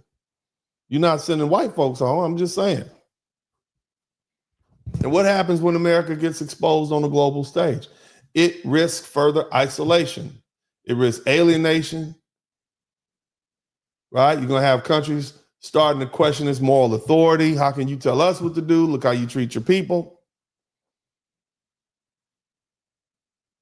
You're going to have a lot of anti-American sentiment, not just from foreign governments, but also from people within the country and also people outside the country. So how are you going to be treated when you go outside the country? We 3 weeks in, and this woman is already talking about spitting in people's food when they come to Cancun. All you college students out there, don't get some extra minerals down there when you're eating your tacos and fajitas. Be careful, right? But see, that's going to ignite a certain level of backlash and unrest that this country is not really ready to face. And that's internal. So you got external and internal. And guess what? It's been black people that have historically been the only group that has prevented America from spiraling into its worst tendencies. Number one, we don't seek revenge. Okay? That's the first thing. But these other folk are not like us. We are wonderful, good-natured people. We just want justice. We want freedom. We want to be able to raise our children. This is what we want. But these other folks are not like us. And when you start going to their countries and they say, well, you didn't treat my Hispanic Mexican brother, Colombian brother well, or my Arab brother well, or my Chinese brother well, or you Indian brother well. So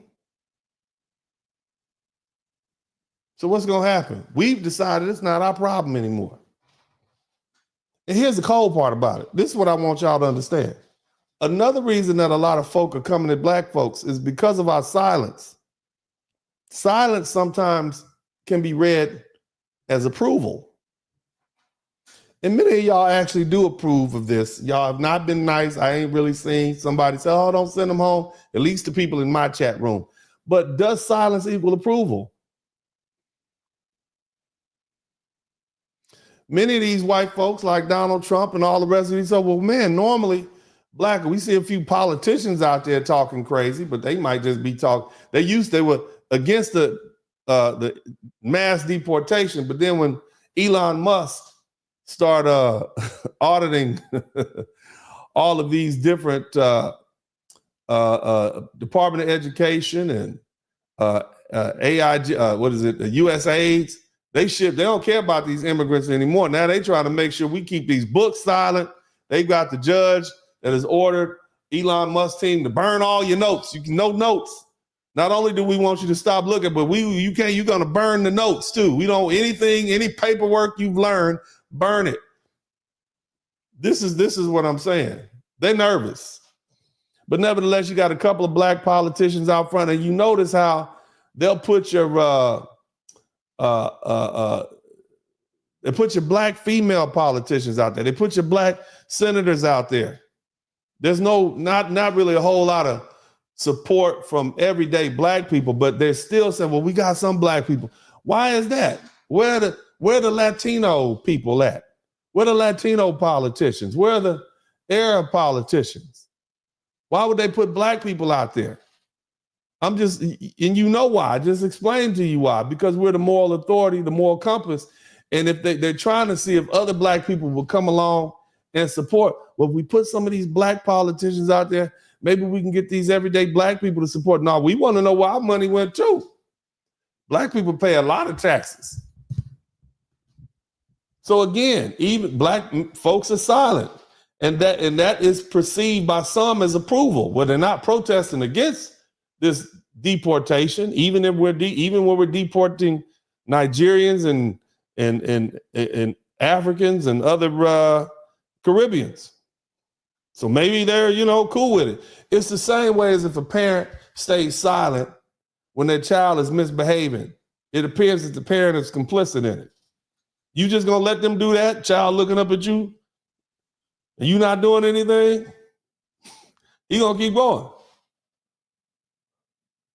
It's the same way white moderates watched segregation happen and didn't do anything. It's the same way America ignored police brutality until Black America forced them to confront it. See, and I don't know how you feel. Some might say, well, we're silent and we approve. But most will say we're silent because we're done being used. It's not our fight. Look, 86% of Black Americans voted for Kamala Harris. Okay? So that means we tried to prove this. The rest of y'all sat on the couch because you couldn't bring yourself to vote for, but you still didn't want to vote for Trump. Again, not me. I voted for Trump. Nevertheless, you wonderful people saw it coming and you didn't want to have a part of it. You tried to prevent it. But now the storm is here. And you got folk asking us to come clean up this mess. I want you to think about that. They are literally asking us to jump on out here. With people out here that can literally change the world, but they have every right to not to want to. And we don't want to, sir. And as the Black community. That's us. Because they do have more power than the white people. We do. If they were to find their power, and took leadership, they'll make some positive changes. But because our world is so racist and so masculine and there's no femininity in that area as well, that's why we are living the life we were living.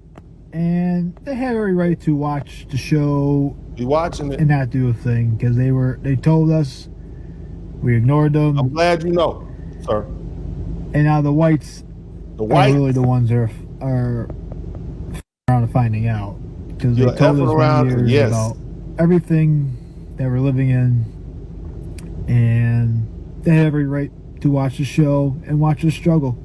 They don't need to do anything. Because they tried. Exactly what we're gonna do. Because people are so ignorant, racist, and think they're better. So here we are. I appreciate it. I'm glad you know. I'm glad that they know. Okay. And of course you guys know that's not the only one. Okay. Protesting with us. We're not the only immigrants. Latinos are not the only immigrants. There's Europeans, there's from Africa, there's from Asia, there's from all over. Where are you guys at? Why are your people not standing with us? I know you don't want to call it upon you guys, but why are we alone in this? Go look at the videos of the protests that are going on. We are fucking alone. It's all brown-skinned people. Where are all the other races? You guys post all these fucking videos about it, but you guys ain't doing nothing with us. Where are you guys? Why are we alone? We support everything when it comes to you guys. No. We are always there for you. And this is why we Latinos are just different. We're different in everything. No, you're not different. Let me go and cut you off right there. So you see what I'm saying? So it's not just white folks that notice. It's Arabs that notice. It's Indians. It's everybody notices.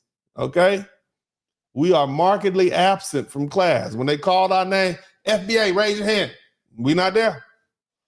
Took a trip. You see what I'm saying? Took a trip.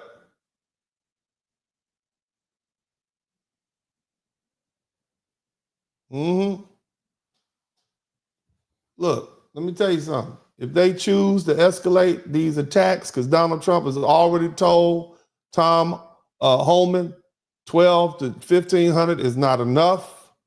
I need y'all to double or triple that. They're trying to literally get to deport 21,000 people a month. Can you imagine that?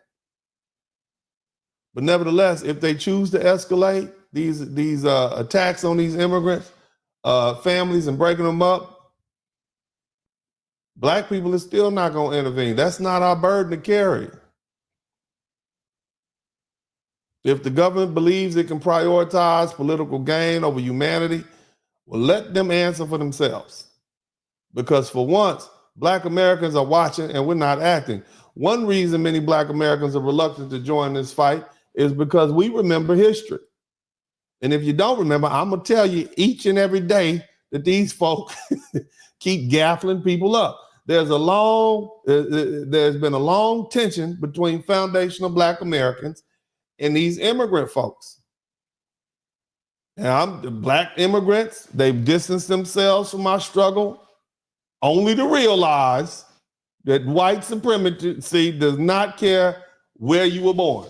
Okay, they do not care what flavor of black you are. Okay, and you saw the videos. A lot of them felt that they were superior because of their culture and all that, right? And now all they had to do was work hard. Work hard. Somebody typed work hard in the chat room. They said we were lazy. We were victims. And now here they are facing discrimination that we've endured for centuries, and they falling out. Now they want solidarity. Now they have understanding. But where was that solidarity when we were suffering? When we were trying to explain to you? And of course, the Latino community, they've been the most vocal, particularly the Mexican Americans who have historically fought against black civil rights. They fought to align themselves with white folks. They literally fought and had cases and had the laws changed so that they could be classified as white. These are the laws they were fighting for.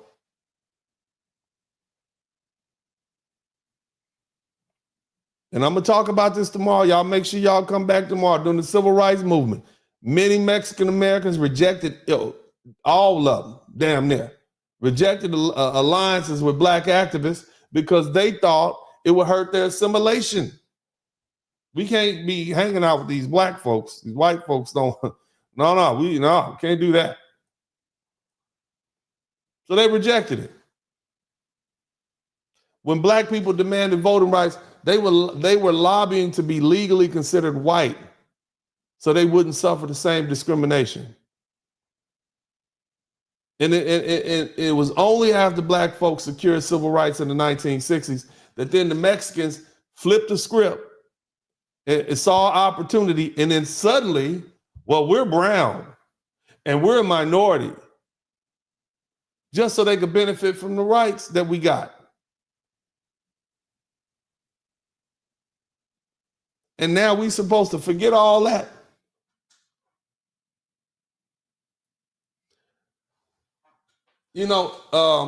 If disloyalty was something that you could forgive, then the devil would be having dinner with God right now. Let that sink in. Disloyalty is something that you really can't forgive. And that's what these folk already exposed. Now, I'm not talking about on a personal level. You got some friends that's Latino. Man, go on to that quinceañera. Enjoy yourself. Go on over there and enjoy yourself and, have a good time. Right? Buddies you work with, enjoy the Super Bowl. But when we talk about group dynamics and group politicians, as a group, they've already demonstrated that they've been disloyal to us as a group. Some of you all got family members you married in. Hey, man, I'm not here to break up families. I'm talking about group politics, group dynamics. As a group, you can't expect black people to align with the so-called brown people when they've already demonstrated that their allegiance is they're trying to get up next to white folk. And that's not what we want. But nevertheless, irrespective of their attempts, white supremacy have turned their sights on them. And we're supposed to step in now that you're experiencing what we always have known. You suddenly want our voices, our energy, our leadership. Same thing for you African immigrants and Caribbean immigrants. It's not really, not going to do it. We're going to be silent. And if the immigrant struggle has now reached a boiling point, then you're going to have to fight your own battles because, just like foundational Black Americans did.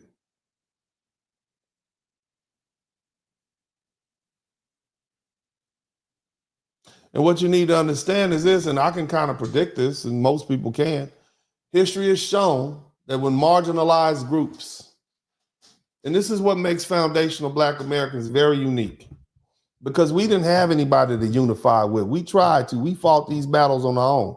That makes us amazing. Somebody type amazing in the chat room. We didn't have anybody to team up with. We are surrounded, at best, in 1960 with 10% of the population. We were poor, unarmed, poorly educated, mostly rural. This is amazing what we did. Oh my God, our ancestors are amazing. I don't think you all truly realize what they're amazing.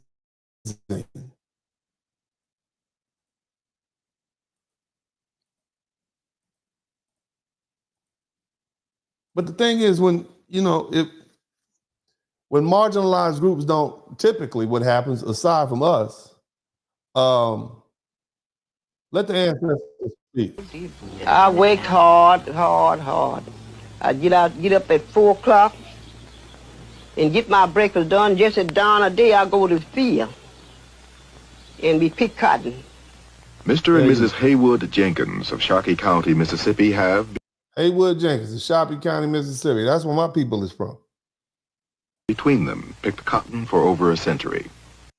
These are our people. These are the people that fought against white supremacy, racism. I want you to look at our people. Some of y'all got relatives and grandmas and grandpas that look just like them. And most of you all who are listening to me right now, you have relatives in Mississippi because largely that's where black folks were from. These people right here. This is 1968. This is our people right here. My boss man came along. He says, Ray Jane, I said, sir. Says, I say, when you wash? I said, I washed last night. He said, look at that. She talking about, now I want y'all to understand, she about 80 years old. You understand me? I don't want you to do that no more. That's my agent, you know. He says, every Friday morning or Friday evening, you wash. And let all the children stay there with you until you get through. When you get through, then you're about 80 years old, worked her whole life. Same thing with him, and they still married. Keep that in mind. Now, the agents was mean, some of them. Some of them was mean. Mm-hmm. They want to whoop the colored people. And that time, the white man come. This is after slavery. We want to whoop them. This is what we had to deal with. This is what we fought against. This is what we fought against. Our people. This is who God chose right here to overturn one of the most brutal, oppressive systems in the world. And we won. So y'all can be here right there. This is why we got to end this gender war. It's not the time right now. Shout out to Be About Peace and Pleasure. It's time to fight for each other, not against each other. I'm talking to black folks. And I know it's a lot of people out there that made the whole channels based on beefing and us not getting along. It's enough beef to go around right now. We're going to have everybody coming at us because we sitting pretty, we looking good, we shining, we doing well. Shout out to TIQS. I need you to understand where we at. We need to begin to fight for each other right now. Along. He says, hey, but you ain't in the field yet? He just had started applying. He said, yeah, I'm just not going to eat my dinner. God damn it, you ain't doing a goddamn thing. Says, God damn it, ought to take this damn stick and frill the hell out you. He said, no, she said, if you frill the hell out of me, goddamn, I frill the hell out of you. Make me feel bad if I was under them, you know, how mean they were. The white man told the man, I'm going to whoop you. He said, no, I'm going to whoop you back. So all of us wasn't running and scared. That's what I need y'all to understand also. We wasn't just a bunch of running scared people. See, everybody think we was just subservient. We always been the way we are right now. We always been the way we are right now. Okay. This is your LA in a minute, and I'm here at Biddy Mason Park in downtown Los Angeles to talk about one of the most underappreciated people in Los Angeles history. Where my LA people at? We had occupied LA, owned downtown LA, had wealthy people in Los Angeles way, way back. Biddy Mason, former slave turned one of the most prominent landowners in early Los Angeles. Biddy Mason's contribution to this city can't be overlooked and needs to be celebrated. Let's get into it. These are people right here. I want you to understand, all my foundational black Americans, be proud of us. Be proud of what we did. We occupied this whole country from New York to LA to Seattle, everywhere. We wasn't paying attention to what they was talking about. We wasn't around here with our heads ducked down and bowing down. We know that we would get down if need be. Not that we wanted to, but we would get down and we were about our business. These folk didn't even have an education. Many of them couldn't even read that well. These are the women that I want you sisters to understand. You want to know where you get that sense from, your hair, and you organize, okay, I'm going to drop ship this, that, and the other. You get it from, it's ingrained in you. If left alone, foundational black Americans will be perfectly fine. Imagine how successful we would be if we didn't have all these people gunning for us all the time and the system turned against us. Imagine.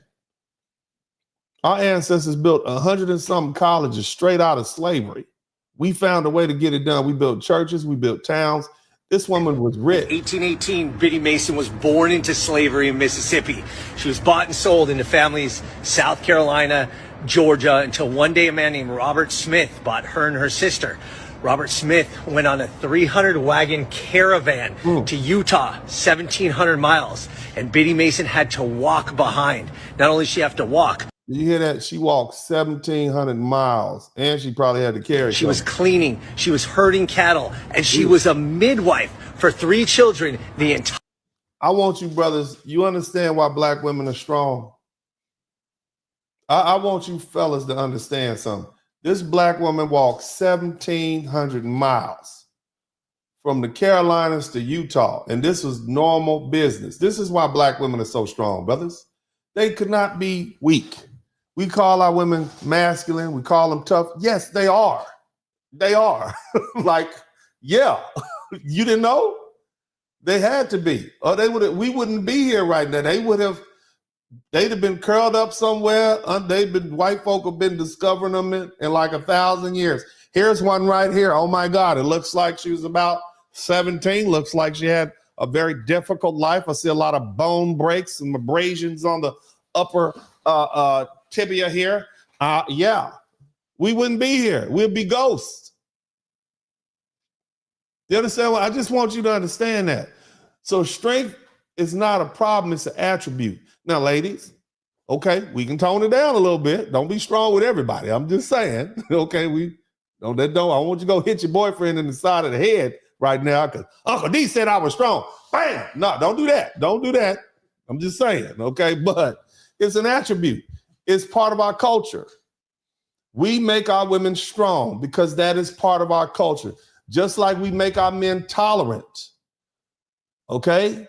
We make our men compliant because that's part of the culture. We have to be. You can't be a big, bad man, walk around with your chest out all day. Somebody put a bullet in you, black man. You got to be working. You have to work with your woman because we work together as a team. Yeah, that's what I'm saying. We had to do that. That was part of the culture. The culture teaches us to be like that. It's easy to be out there with your chest out. I'm a man. You got your own country, and the women around you cater to you. We are a group of people in a society that's dominated by people that don't like us and have constantly tried to keep us oppressed. So we had to work together. There's never any patriarchy in the black community. Patriarchy.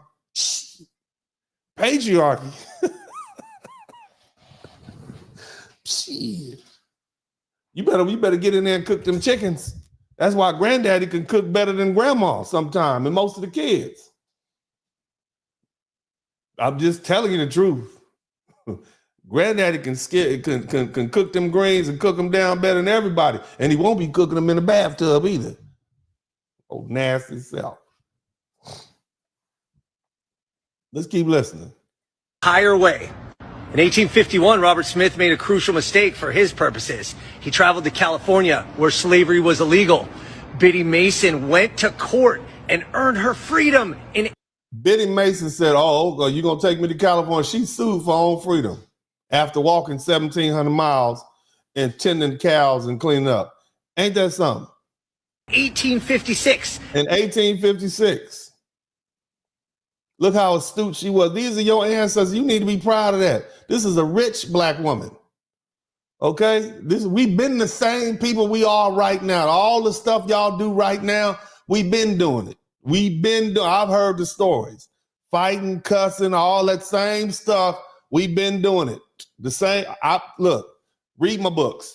If you're not read my books, read that book where I talk about my family from Mississippi.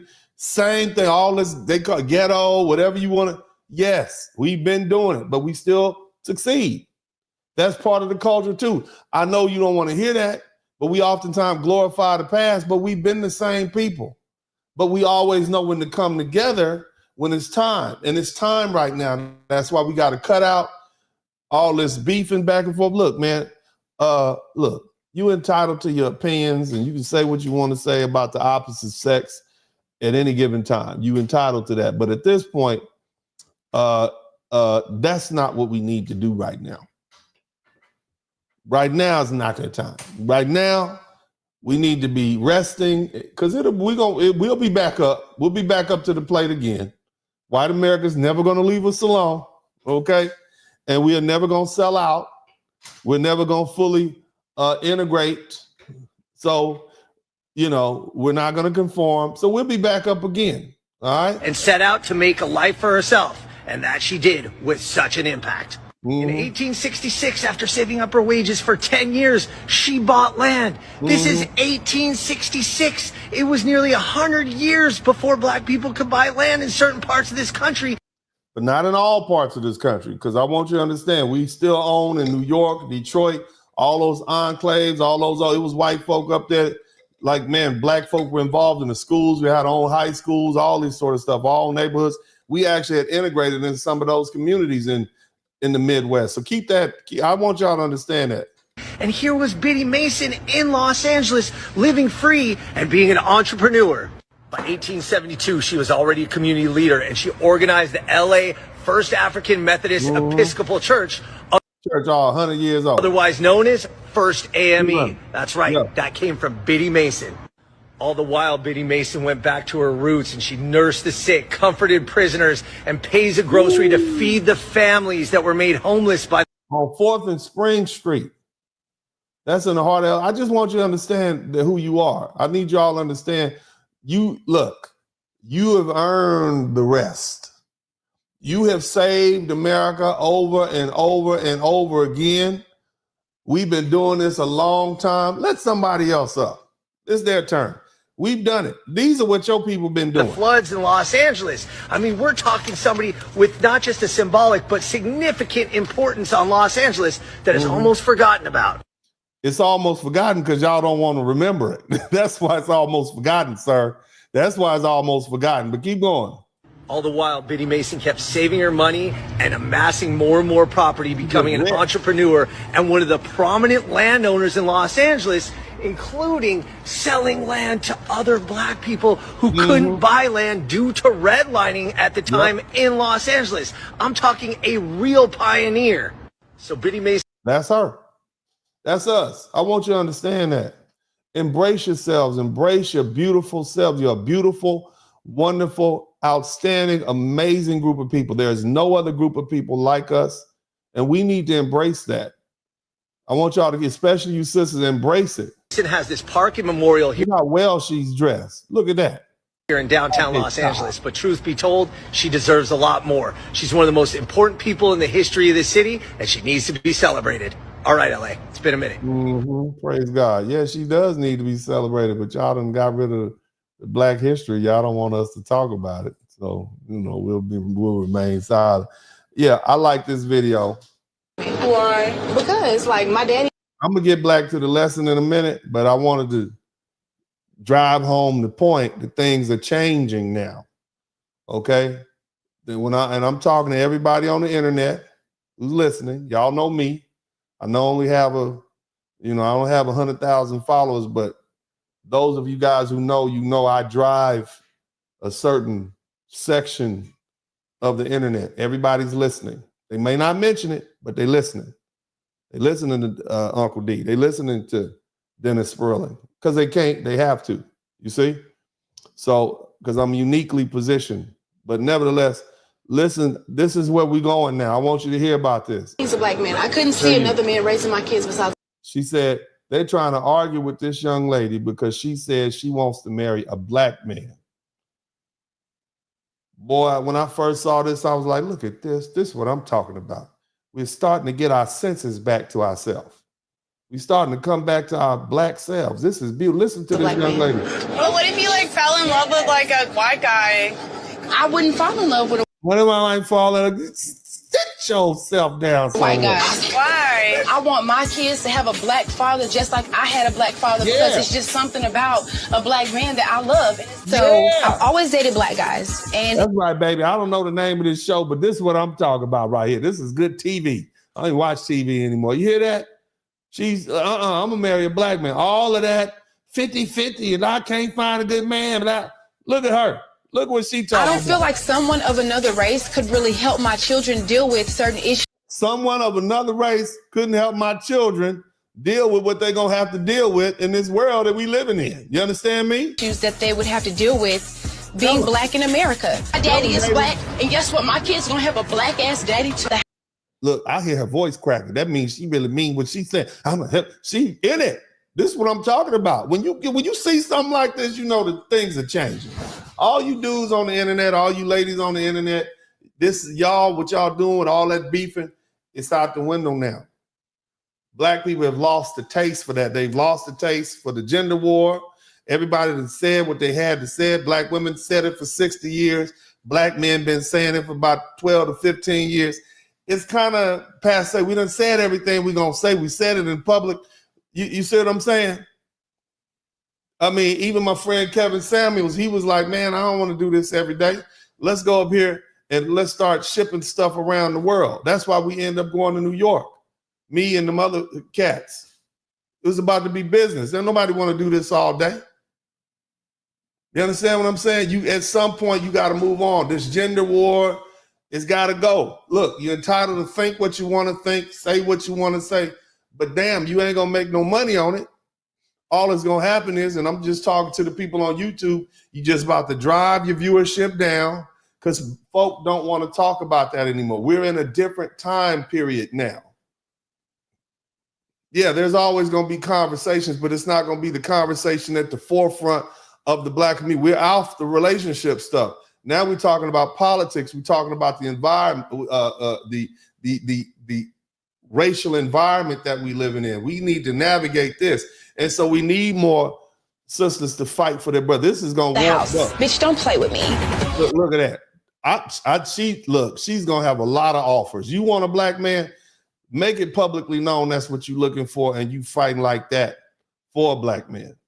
They'll come running to you. All they want is for their women to love them like that and be, instead of I can't, what you can't do, this is what I want. She's going to be all right. I don't know who that young lady is, but she's going to have plenty of opportunities to get her. If you want your kids to have a white daddy, if you want your, you stop yelling. If you want your blood to stay pure, why do you bitch, that's your prerogative. So don't try to make me feel. Look at that. Oh, look at it. Look. If you don't sit your Becky yourself down. If I want to marry a Black man, bitch, I'm Black. What the She's going off about wanting to have a Black man. That is a beautiful thing. I don't know who that is. I'm sure y'all probably know who the show is. But anyway, look. We're talking about Black folks arresting. We're not here to save anybody. Okay? And as I said earlier before I took that little Black History break, I know you learned something. I know y'all learned something. You know what you're supposed to do if you learn something. But before I took that little Black History break, I got to sneak it in. As I said before, marginalized groups, unless they unite against racism and tribalism and white supremacy, the consequences are severe. And when Black Americans left, okay, we've left the fight alone, right? When we had to face mass incarceration and economic exploitation and systematic neglect, we fought it and we suffered tremendously. We came through it, but we suffered. Okay? What does that say about us that we came through it? Because compare that to what happened to the Native Americans or indigenous people when they were left to fend for themselves.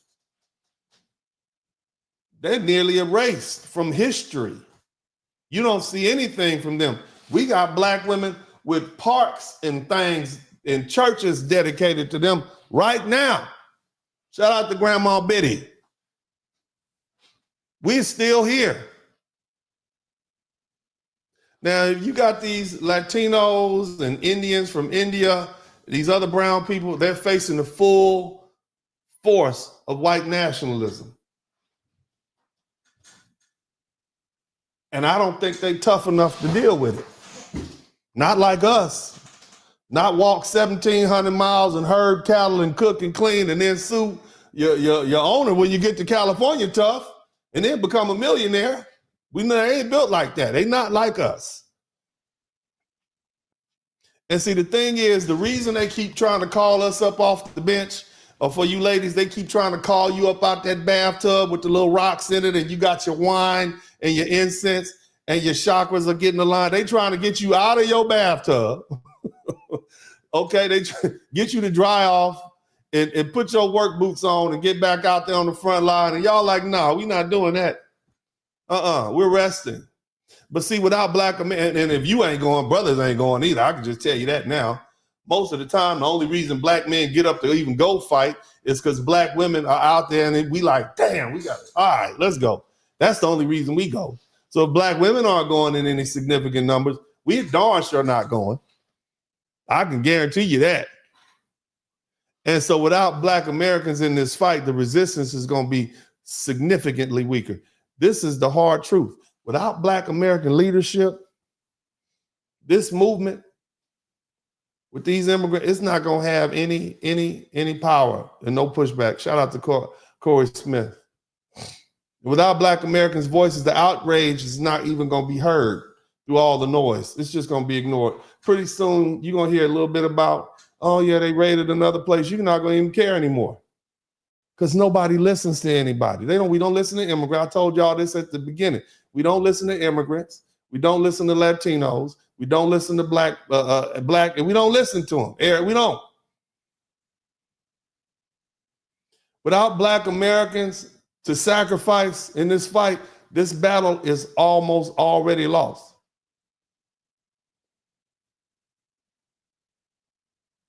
So the real question is, can they even win without us?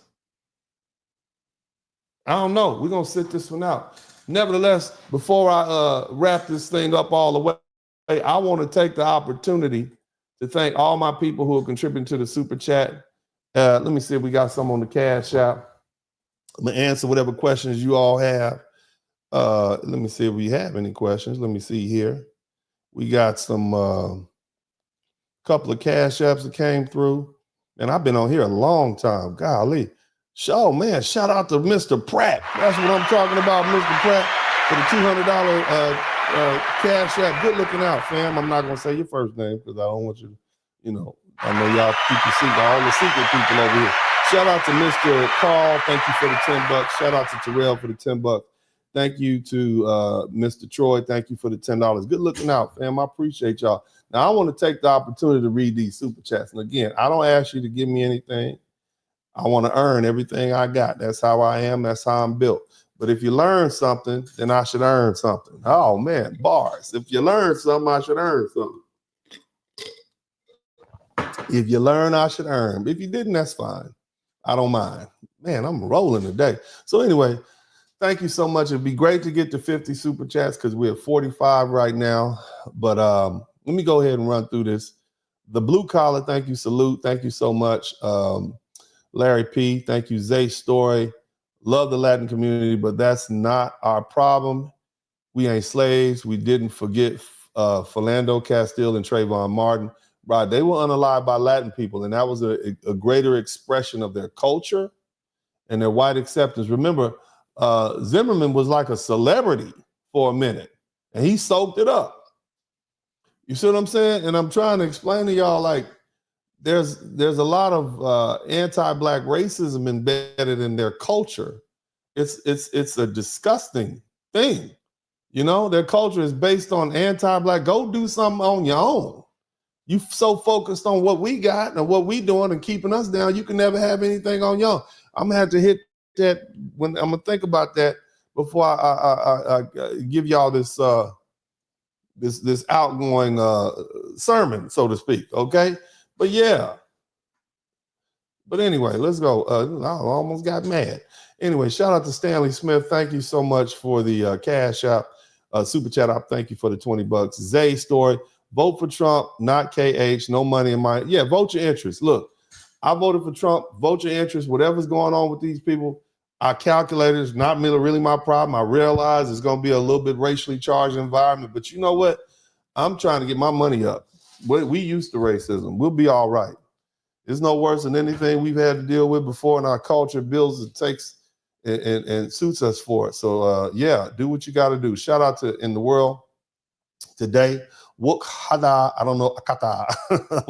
work harder, Akata. Yeah, y'all need to work hard. That's what you need to do. All the immigrants out there, just work harder. And when ICE shows up to pick you up, just tell them you've been working hard and maybe they'll let you go. Okay? Just work harder and don't be lazy. Shout out to Trump and Nigerian must be act right. Oh, boy, you crazy. Shout out to Passport King. Gloria Sabry. Good looking out, Gloria Sabry. Thank you for the $1.99. Alonzo Dunn says, we FBA knows the code. We know the soldier of truth really means soldier of truth. Yep. And kumbaya is come by here. It's a dialect of Southern Blacks. Most FBA elders know this. We understood each other. That's right, brother. Thank you so much. Good looking out. B. Tisdale, here's 5 on the Black side. Good looking out, brother. Appreciate you. Cody Marshall, Ice Cold, baby. Let's continue to rest. Yeah, y'all rest. This ain't your fight. We got 47 super chats. Let's see if we can get to 50 before I get to the bottom of this. You did sing, Johnny Hare. Yeah, Uncle D be blowing. Ooh, yeah. Thank you so much. Yvette Tucker, I feel you handsome. Ah, girl, you better stop it. I love the way you push your black people up. Tell your black men to be nice to them. Well, yeah, they need to be nice. But see, the thing is, I don't do relationships, but we're going to be all right, baby girl. Just trust me. We're going to be all right. Y'all just keep on living. The environment has a way of correcting what went wrong. And it's getting corrected right now. Attitudes are changing. Things are changing. You'll see what I mean. Just keep on living. Keep on doing what you do and accept yourself for who you are. I've been telling these fellas, black women are strong. That's an attribute in this culture. This culture would eat up most women from around the world. They would not be able to survive in this culture. Okay? Especially because remember, these racist cycles occur every 20 or 30, 40 years. And there's now a group of people who weren't here who are now experiencing it, and they don't know how to deal with it. There's a story of a black man who's a doctor, but what they're not telling you is that this black man who just got hit with this 15, have y'all seen that broadcast? His brother, black man, he was a doctor. He got hit with a $15,000 a month child support payment, and he unalived himself. Have y'all heard about that? Have you guys heard about that? He got hit with that $15,000, and instead of paying it, he just said, I'm gonna just unalive myself, right? Okay, so there's a study that I talked about maybe several years ago that the highest rate, and this is the highest rate of unalivements amongst black men, which is something that most foundational black American men don't do, to unalive ourselves. It comes from the Caribbeans, okay? The Caribbean black men who come to this country find it very difficult to deal with this culture, and many of them unalive themselves. They also self-medicate with drugs and those other things that go along with that, and alcohol abuse. And so now you see a lot of black men from the continent, now they're coming to the country and they're feeling the full weight of what black men, foundational black men have had to deal with. And they're not able to deal with it. They don't know how to deal with it. I need y'all to understand that. They come over here with these predisposed dispositions and opinions that all I have to do is work hard. America's a great place. These people like me, blah, blah, blah, blah, blah. And then when they get passed over for that job, then when they get set up, when people do this, that, and the other, when they start becoming stressed out because they're paranoid every time they get in the car, are they going to get pulled up? They can't deal with it. And it causes for them to turn inward. And so that brother, that black man who unalived himself, the doctor, he was an African brother, because he paying $15,000 a month. He couldn't do it. You see what I mean? I'm not laughing at him, but I'm saying it's that level of stress. He didn't know how to deal with it. Black men, foundational black American, we whatever. You see what I'm saying? Because the consequence, the idea that he might have to go to jail if he didn't pay, lose his license, too much stress, cracked up. And he didn't have anybody to help him understand how to deal with that. First of all, dealing with that type of woman. But either way, shout out to Yvette Tucker. Thank you so much, Ms. Tucker. I appreciate you. Johnny Harris, he said, we ain't minorities because we ain't minor. SHIT. Thank you so much, brother. Yvette Tucker, thank you so much, baby. That's the second one. Look at you. You're doing a grand job, handsome. Keep your black man in check. Show them love and exactly who black woman is. You're a king. Thank you so much, sweetie. You're so wonderful for saying those kind words. That makes me feel really good. And shout out to all the other sisters who are up in here in the chat room, man. Listen to me talk about this, man. We're gonna get together. We're gonna heal each other. We're gonna heal, but we can talk now. Y'all resting. We can sit down. You see what I'm saying? That's the main thing. Just sit down and chill out. Let somebody else get up to bat, and then we can have a conversation. MC Recovery Relapse. I invite black friend, advocate, nonprofit friend, a cultural camp meeting, Ethiopians, African soft funding, turning everybody start saying black. Good looking out. Thank you so much, brother Hootsie. Us, Professor D, a little something for the mat fee. competence gets compensated, and this is another masterclass. I thank you, FB. I just need y'all to understand something. Normally, I go to my jiu-jitsu classes anywhere from 10 to 12 times a week. But the problem is, and I need y'all to understand something, I'm here dealing with this right now and talking to you all from about 7 o'clock to about sometimes 9, 10 o'clock at night, because I feel like I need to get this stuff out. It needs to be said. We need to get some guidance out there for our people. So I haven't been going to my jiu-jitsu classes, and I'm working to try to get my 4th stripe on my blue belt, which is a big feat because most people don't make it past the blue belt stage, and most people get to the blue belt stage and quit. So it's actually a big sacrifice for me. I'm not doing what I normally, along with my day-to-day practice of law.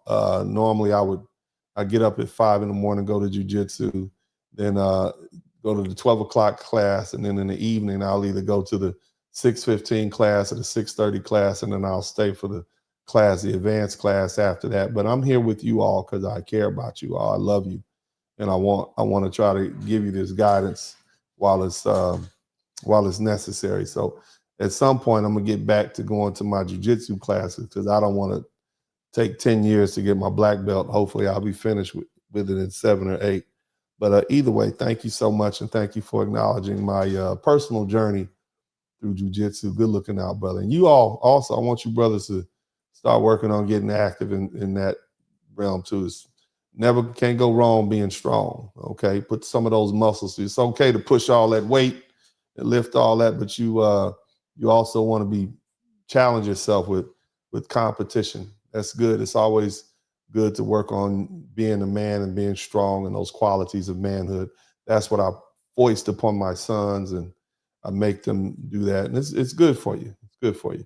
Thank you so much, though, Hootsie. Thank you for becoming a new member. Also, Kenneth Williams, thanks for the super sticker, $4.99. Johnny Harris, he says they're trying to hide them MF in hand. Oh, man. Yvette Tucker, just throwing more flowers at your feet. You're just wonderful. Thank you so much. Thank you for being you, strong Black King. Thank you so much, baby. I appreciate that. Look at you. That's what I'm talking about. Good looking out. You know what? I wish it wasn't just the same people. Look, I appreciate all the super chats, but it would be great if other people who would want to contribute do that, because then these folk wouldn't have to as much, right? And of course, I appreciate all the super chats, but everybody wants to see, the super chats go because they want to be inspired, so they see nothing coming up and then they'll pay. But it'd be good if we could spread it around a little bit if you're learning something. And then that way, some of these folk who contribute so much don't have to, in my opinion, but only if you're learning something. You're not learning anything, fine. Hit the like button. Oh, well, subscribe, and make sure you subscribe. But thank you so much, Cody Marsh. Reminds me of something, Passe Blanc. That's what's up. Thank you so much. Yvette Tucker again. I'll give you a bit more. I'm coming out of the bushes to show you. You're doing a great thing. Thank you so much. I appreciate you. Good looking out. Hey, that's what I'm talking about. Liliana McDonald, thank you so much, Liliana. Solomon 321, on fire as usual, brother. Good looking out, fam. Del Monte Greens, we own your taco now. You talk about taco trucks. Boy, you tripping. Y'all gonna be out there seizing taco trucks, calling ice on people and taking a taco truck. Y'all wrong for that, man. Wrong. Capitalizing on people's pain. You're wrong for that, man. But I know a lawyer if you need one. I got a guy who does it. Mm-hmm. My man, Alonzo Dunn, good looking out. These people were mad at us because we exposed them to the world during the civil rights movement and decided to punish us with immigration. That's pretty much how it went. Yeah. Johnny Harris, FBA's, the 10 Tribes in the Bible, Apocrypha book of Mormons. Meanwhile, we watched their boats pull up, including the Native Americans. Good looking out, fam. Appreciate you. Dwight TIQS. Dwight's. That's right, yeah. Mystic Medica, $10 super sticker. Johnny Harris, we got a long memory. Yeah, we got a long memory. TIQS, good looking out, fam. There will be no KS slander in this chat. This is why there's no compromise. Good looking out, bro. Appreciate you. Thank you, Sue. Kay Woolard, Brother Sperling, thank you for your hard work educating us nightly. Thank you, too. I appreciate the Cash App and super chat and everything, man. I'm as long as you guys are learning. Look, I'm not asking anything for free, but if you're learning something, I should be earning something. You know what I'm talking about? I appreciate that. Bars is deep tonight, man.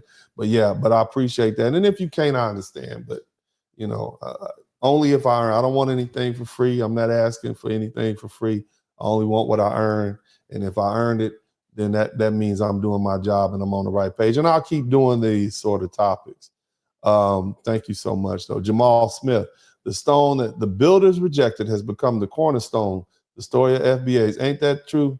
The stars with who is it? Was that Bob Marley that sung that song? Or was it one of the other great artists from the original reggae years? I can't remember. I'm gonna have to look that up. Alonzo Dunn, Charles Darwin, Survival of the Fittest. Thank you so much, brother. Charles Darwin was a racist.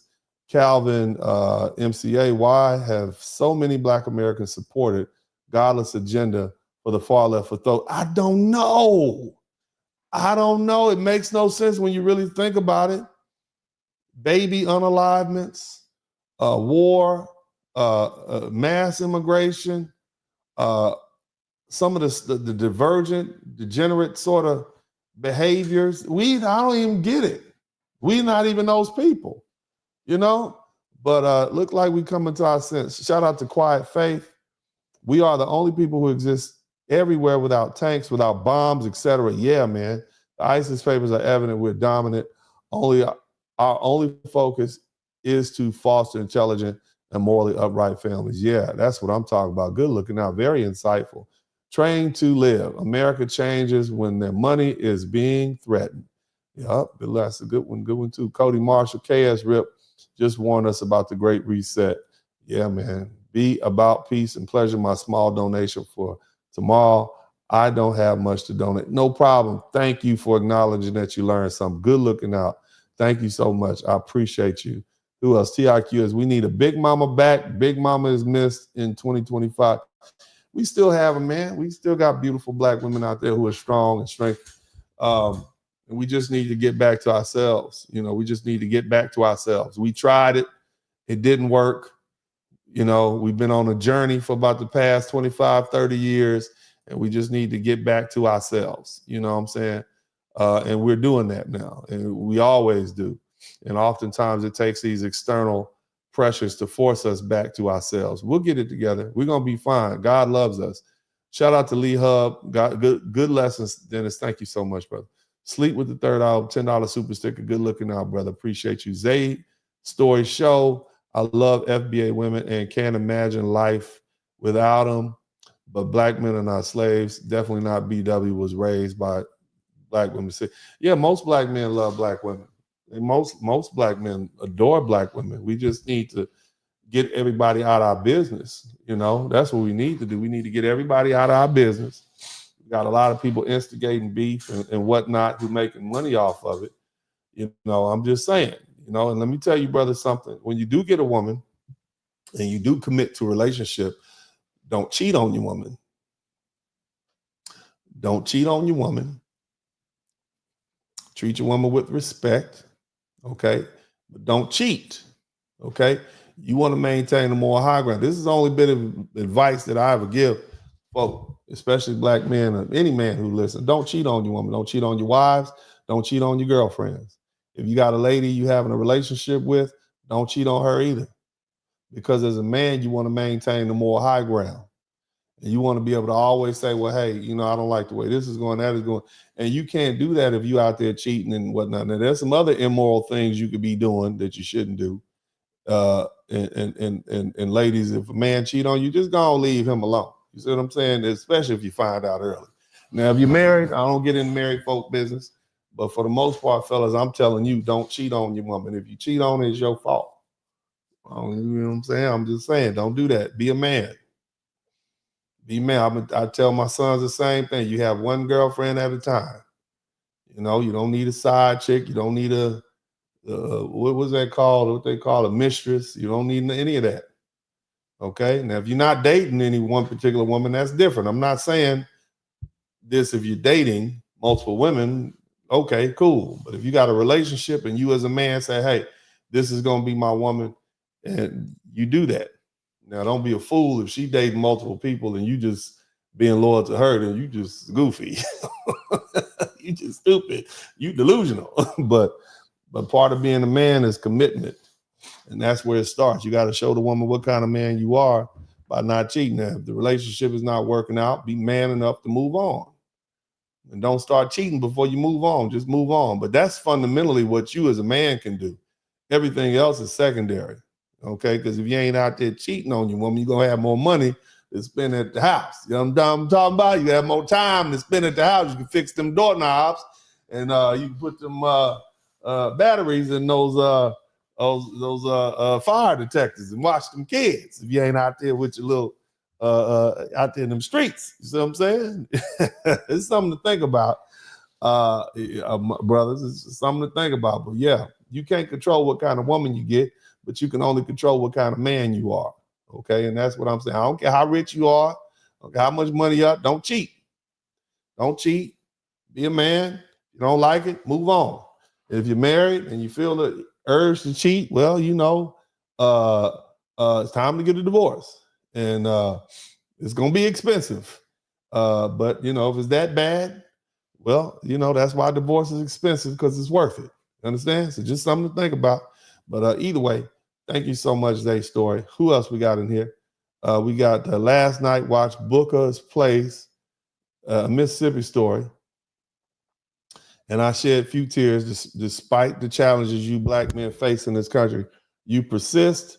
Salute to you, black men. Thank you so much, brother. I appreciate that, man. Good looking out. Good looking out. Yeah, we're going to keep it pushing.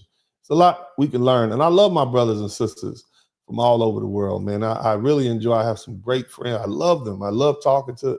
I mean, you got to get you a good Nigerian doctor. Let me tell you something. Those are some of the best doctors that you ever can have. If you get you a good Nigerian doctor, he's going to know everything. My brother, what you need to, okay, this is I love it. I love being able to go into a hospital or any sort of medical facility and have a Nigerian. I love them. I love my Nigerian professors. They are some of the most brilliant people, a little grumpy, and it's hard to understand everything they say, especially when they get mad, but just brilliant people. We love them, you see, but you have to understand where we're coming from. Yes, we need healing. Yes, we do. Yes, our cultures are different. Okay. But you know, I think we're gonna work that out too. As long as, you know, we start getting that understanding and that communication. And I don't even have a problem with the Latino community. I had at all. Shout out to all my Afro-Latino brothers and sisters, and I know what they going through. Golly. You know, it wasn't until I really start digging into what's going on. I'm like, man, y'all got y'all got black Latinos, white Latinos, y'all got y'all own racial issues up in there. I'm like, golly, that's why most of them voted for Trump, because they was trying to be next to white. You see what I'm saying? That's why there's no unity in there. But either way, we keep on moving on. Shout out to B Baker. Thank you for the $10 super sticker. Who else? TIQS. We also miss your bench pressing clips with the Blizzard Prince and the Prince in the crib. Yeah, I'm gonna get back there and hit that iron again, baby. I gotta get on, get back to pumping that iron. Get you know, summer's coming up. I'm gonna get on back there and pump a little iron. I've actually been slimming up a little weight, losing a little weight here, but you know, it's just I got to get on back into it. But thank you so much, TIQS. Got 53 super chats. Let's see if we can get to 55. Magnum Group Vibes Young, thank you so much. Good looking out, fam. Thank you for the first black YouTuber to sound the alarm about AI and how it will affect us. Grandma's house caught fire, so I've been MIA. Hey, man, good looking out, bro. I appreciate you. Thank you so much. All right. He said, yeah, I'm glad I could teach you something, bro. That makes me happy. Because as long as I'm teaching, that means the Lord is using me, and all wisdom comes from the Most High. You see, that's where it comes from. And as long as the Lord is using me to teach you all, that means I'm blessed. So that's where I get my blessings from. So I appreciate you all for acknowledging my ability. I certainly do. DK WN36, great show, brother. Great. We ain't finished yet. We still got this work to do. And good looking out, Lance Jackson. Yeah, we got 53 super chats. We might get to 55, but before we go, I got to give you something. Okay? All right? Let me re-emphasize what I said to everybody who's listening. Yeah. It's time to face an undeniable truth. Y'all with me? Let me know. Let me know. Because I'm telling them, because I want them to know where you all are coming from. All right? There's an undeniable truth that everybody needs to face. And that is, whatever has been done to foundational Black American has already been done. We've suffered enslavement. For over 250 years, we've suffered lynchings. We've suffered family separations. We've suffered segregation. We've suffered abject poverty. We've suffered diseases, redlining, mass incarceration, police brutality, systematic oppression, along with everything that every other American suffered. And as Brother Malcolm X said, if the white man has a cold, the Black man has a flu or pneumonia. So along with what the Great Depression, the war, and all that stuff, we suffered these other things. So let the chips fall where they may, because we're done playing this rigged game. We build, they destroy. We fight, they take. We sacrifice, they reap the rewards. You had a whole bunch of immigrants who weren't even here. As soon as they got to this country, they jumped in line and got affirmative action, all our rights and everything, moved us out of our communities and told us we didn't belong, and then start practicing anti-Black racism, including the Africans and the Caribbeans, telling us we're lazy and we don't want to work. And you want us to keep doing this? You want us to keep being America's savior? No, not anymore. This time we sitting this one out. We no more stepping stones and no more mules. For centuries, foundational Black Americans have been used as the stepping stones of progress for everybody that showed up. White Americans use us to push its own moral standing and claiming to be the beacon of democracy, because they put us in slavery and then let us out and still benefit from oppression. The immigrant communities, all of them, have used us to gain rights they never fought for. They've attached themselves to our struggle and then try to erase us from our history. When you go to that community with Mrs. Betty, that's a Latino community. They don't even acknowledge her and what she did. Even our own other Black communities from abroad, whether we talk about Caribbean or African, they look down on us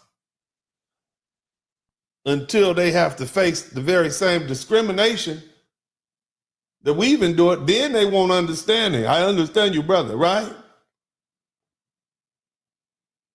But now we're going to let the white and the brown population and the immigrant communities, we're going to let y'all tear yourselves apart. We will not carry this burden any longer. We will not be the foundation that others stand on while they refuse to stand with us. We will not be your mules of progress. Our role as America's savior is over. Shout out to Michael J. Let me say that again. Our role as America's savior is over. No more shields. No. We're going to let you white folks and you brown folks and you immigrant folks, wherever you be, wherever you from, we're going to let you face the consequences. We're not going to save white people from themselves anymore. You're not children. We're not going to shield brown people from the wrath of the white folk that you want to go sit up next to anyway. We're not going to do it. For far too long, foundational Black Americans have absorbed the full force of systematic injustices, while white people and brown people in their communities either benefited from our suffering or stood silent as we were brutalized. But now that era is done. White America, listen to me. My American brothers from pale mothers. You have created a system built on exclusion, greed, and racial hierarchy. You know that better than I do. Shout out to Cooley. And now you're going to have to face the consequences of the same forces you've unleashed. To my Hispanic American family, you've long ignored racism within your own communities. You've literally aligned yourselves with the worst part of whiteness, that racist part, because you thought it would benefit you. You wanted to align yourself. You wanted to be white adjacent. And see, now you feeling what happens when that whiteness no longer has anything for you or has any use for you. It's just getting rid of you. It doesn't matter how hard you work. That's a reckoning that's coming, and it's of your own making. Do you look to, don't look to us to soften that blow. It's something you're going to have to absorb. Because see, for too long, many of the Hispanic community, you try to align yourself with whiteness, and you've enjoyed the privileges, and some of you all are light enough that if you just dye your hair blonde and dye your eyebrows and get one of these English surnames, you can blend in and you can kind of get some of that white privilege until you're reminded that in America, whiteness is conditional. See, after we fought for civil rights, many Mexican Americans pushed to be classified as brown. See, when the Civil Rights Act in 1964, the Immigration Act, Nationality Act of 1965, shout out to Tory Jones, 1965, that opened the doors for Hispanic communities, and they suddenly became minorities. They wanted to be brown after spending decades distancing themselves from blackness, black movements, and black folks in general.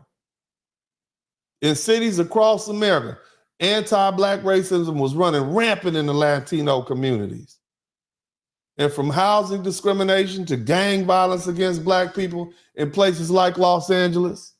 And now, as brown immigrants, you're being targeted. And then, suddenly, what about this black and brown solidarity? But that betrayal ends today. We got people in our community that like, nah, we're not doing that. We feel the same way about you as we feel about the white folks. Y'all gonna have to learn on your own. We're not gonna be the foundation upon which others build their status while turning their backs on us. That includes the whites, that includes the Hispanics, that includes the Asians, and that also includes our African brothers and sisters and our Caribbean brothers and sisters. We're not going to carry the weight of your struggle while you ignore ours. You didn't think there was going to be consequences to you telling us just comply when the police beat us. Just work harder when we get mistreated at our jobs. Calling us lazy and mischaracterizing who we were. And we built this whole country. Did you hear what Donald Trump said? You can't be a lazy people and build a whole country. You can't be a lazy people and have 1,780,000 millionaires and only be 44 million in the country. You can't be lazy and have 5 billionaires. You can't be lazy and turn the TV on and you are everywhere on it on the most important day of sports in American history every year. The Super Bowl. We are a beautiful people. We are hardworking people. We are wonderful people. And we have been for a long time. We are generous, we're caring, we're loving, we're not revengeful. And irrespective of that, nobody came to our aid when it was time to fight. We fought alone. We suffered alone. Black men and black women. We fought so good, white women came along and stole black women away from us and had them help them fight so they could get their rights, calling it feminism. Nevertheless, we survived alone.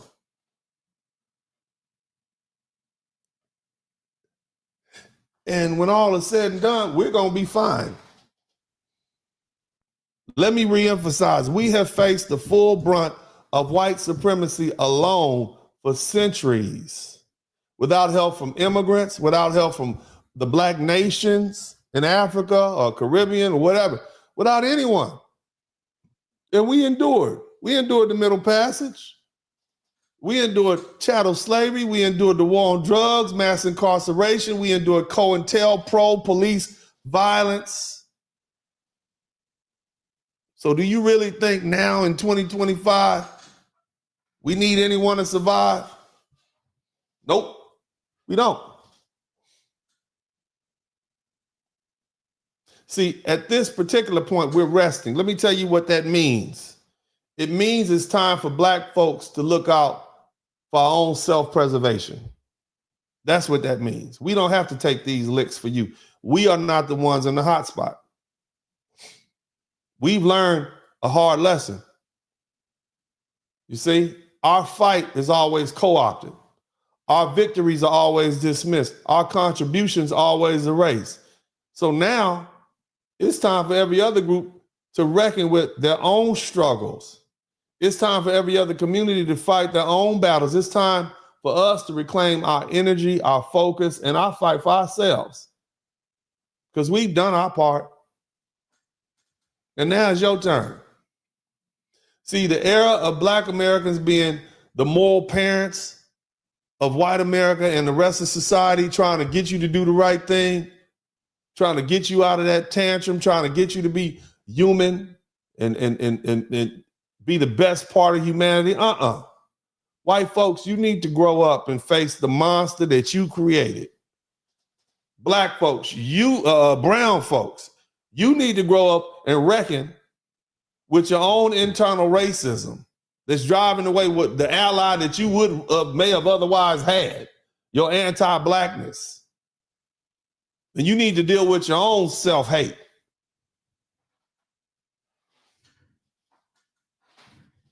All the immigrants in America, I'm talking about my African brothers. I'm looking at you.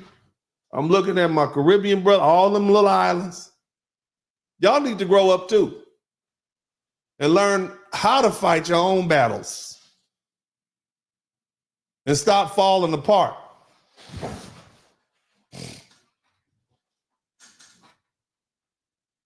We're done raising the world that refuses to grow. We're going to stand strong with each other, but we're not going to stand for you. We have survived the worst, and we're going to continue to endure. But when the consequences come, when the backlash arrives, I want y'all to understand something. Don't look to Black America to save you. You need to face this alone because we're done playing the role of your savior. This is Uncle D. I love you all. God bless y'all. And I'm out. Dennis Squirrel. In the city where the lights don't sleep, Uncle D got the vibe so deep. Representing men strong and free. Dennis Squirrel is the king of the spree. In the streets where the rhythm flows, black men rising, that's how it goes. Uncle D got the truth to show. In his heart, that's where the fire glows.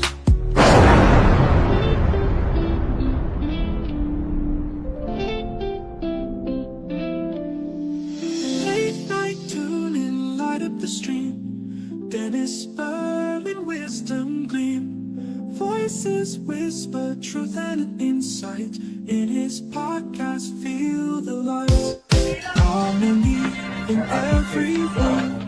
Truth and laughter you've heard. Well, that's all right. Wave after wave of smooth delight. Dennis brings the dark to light. That's the blizzard, baby!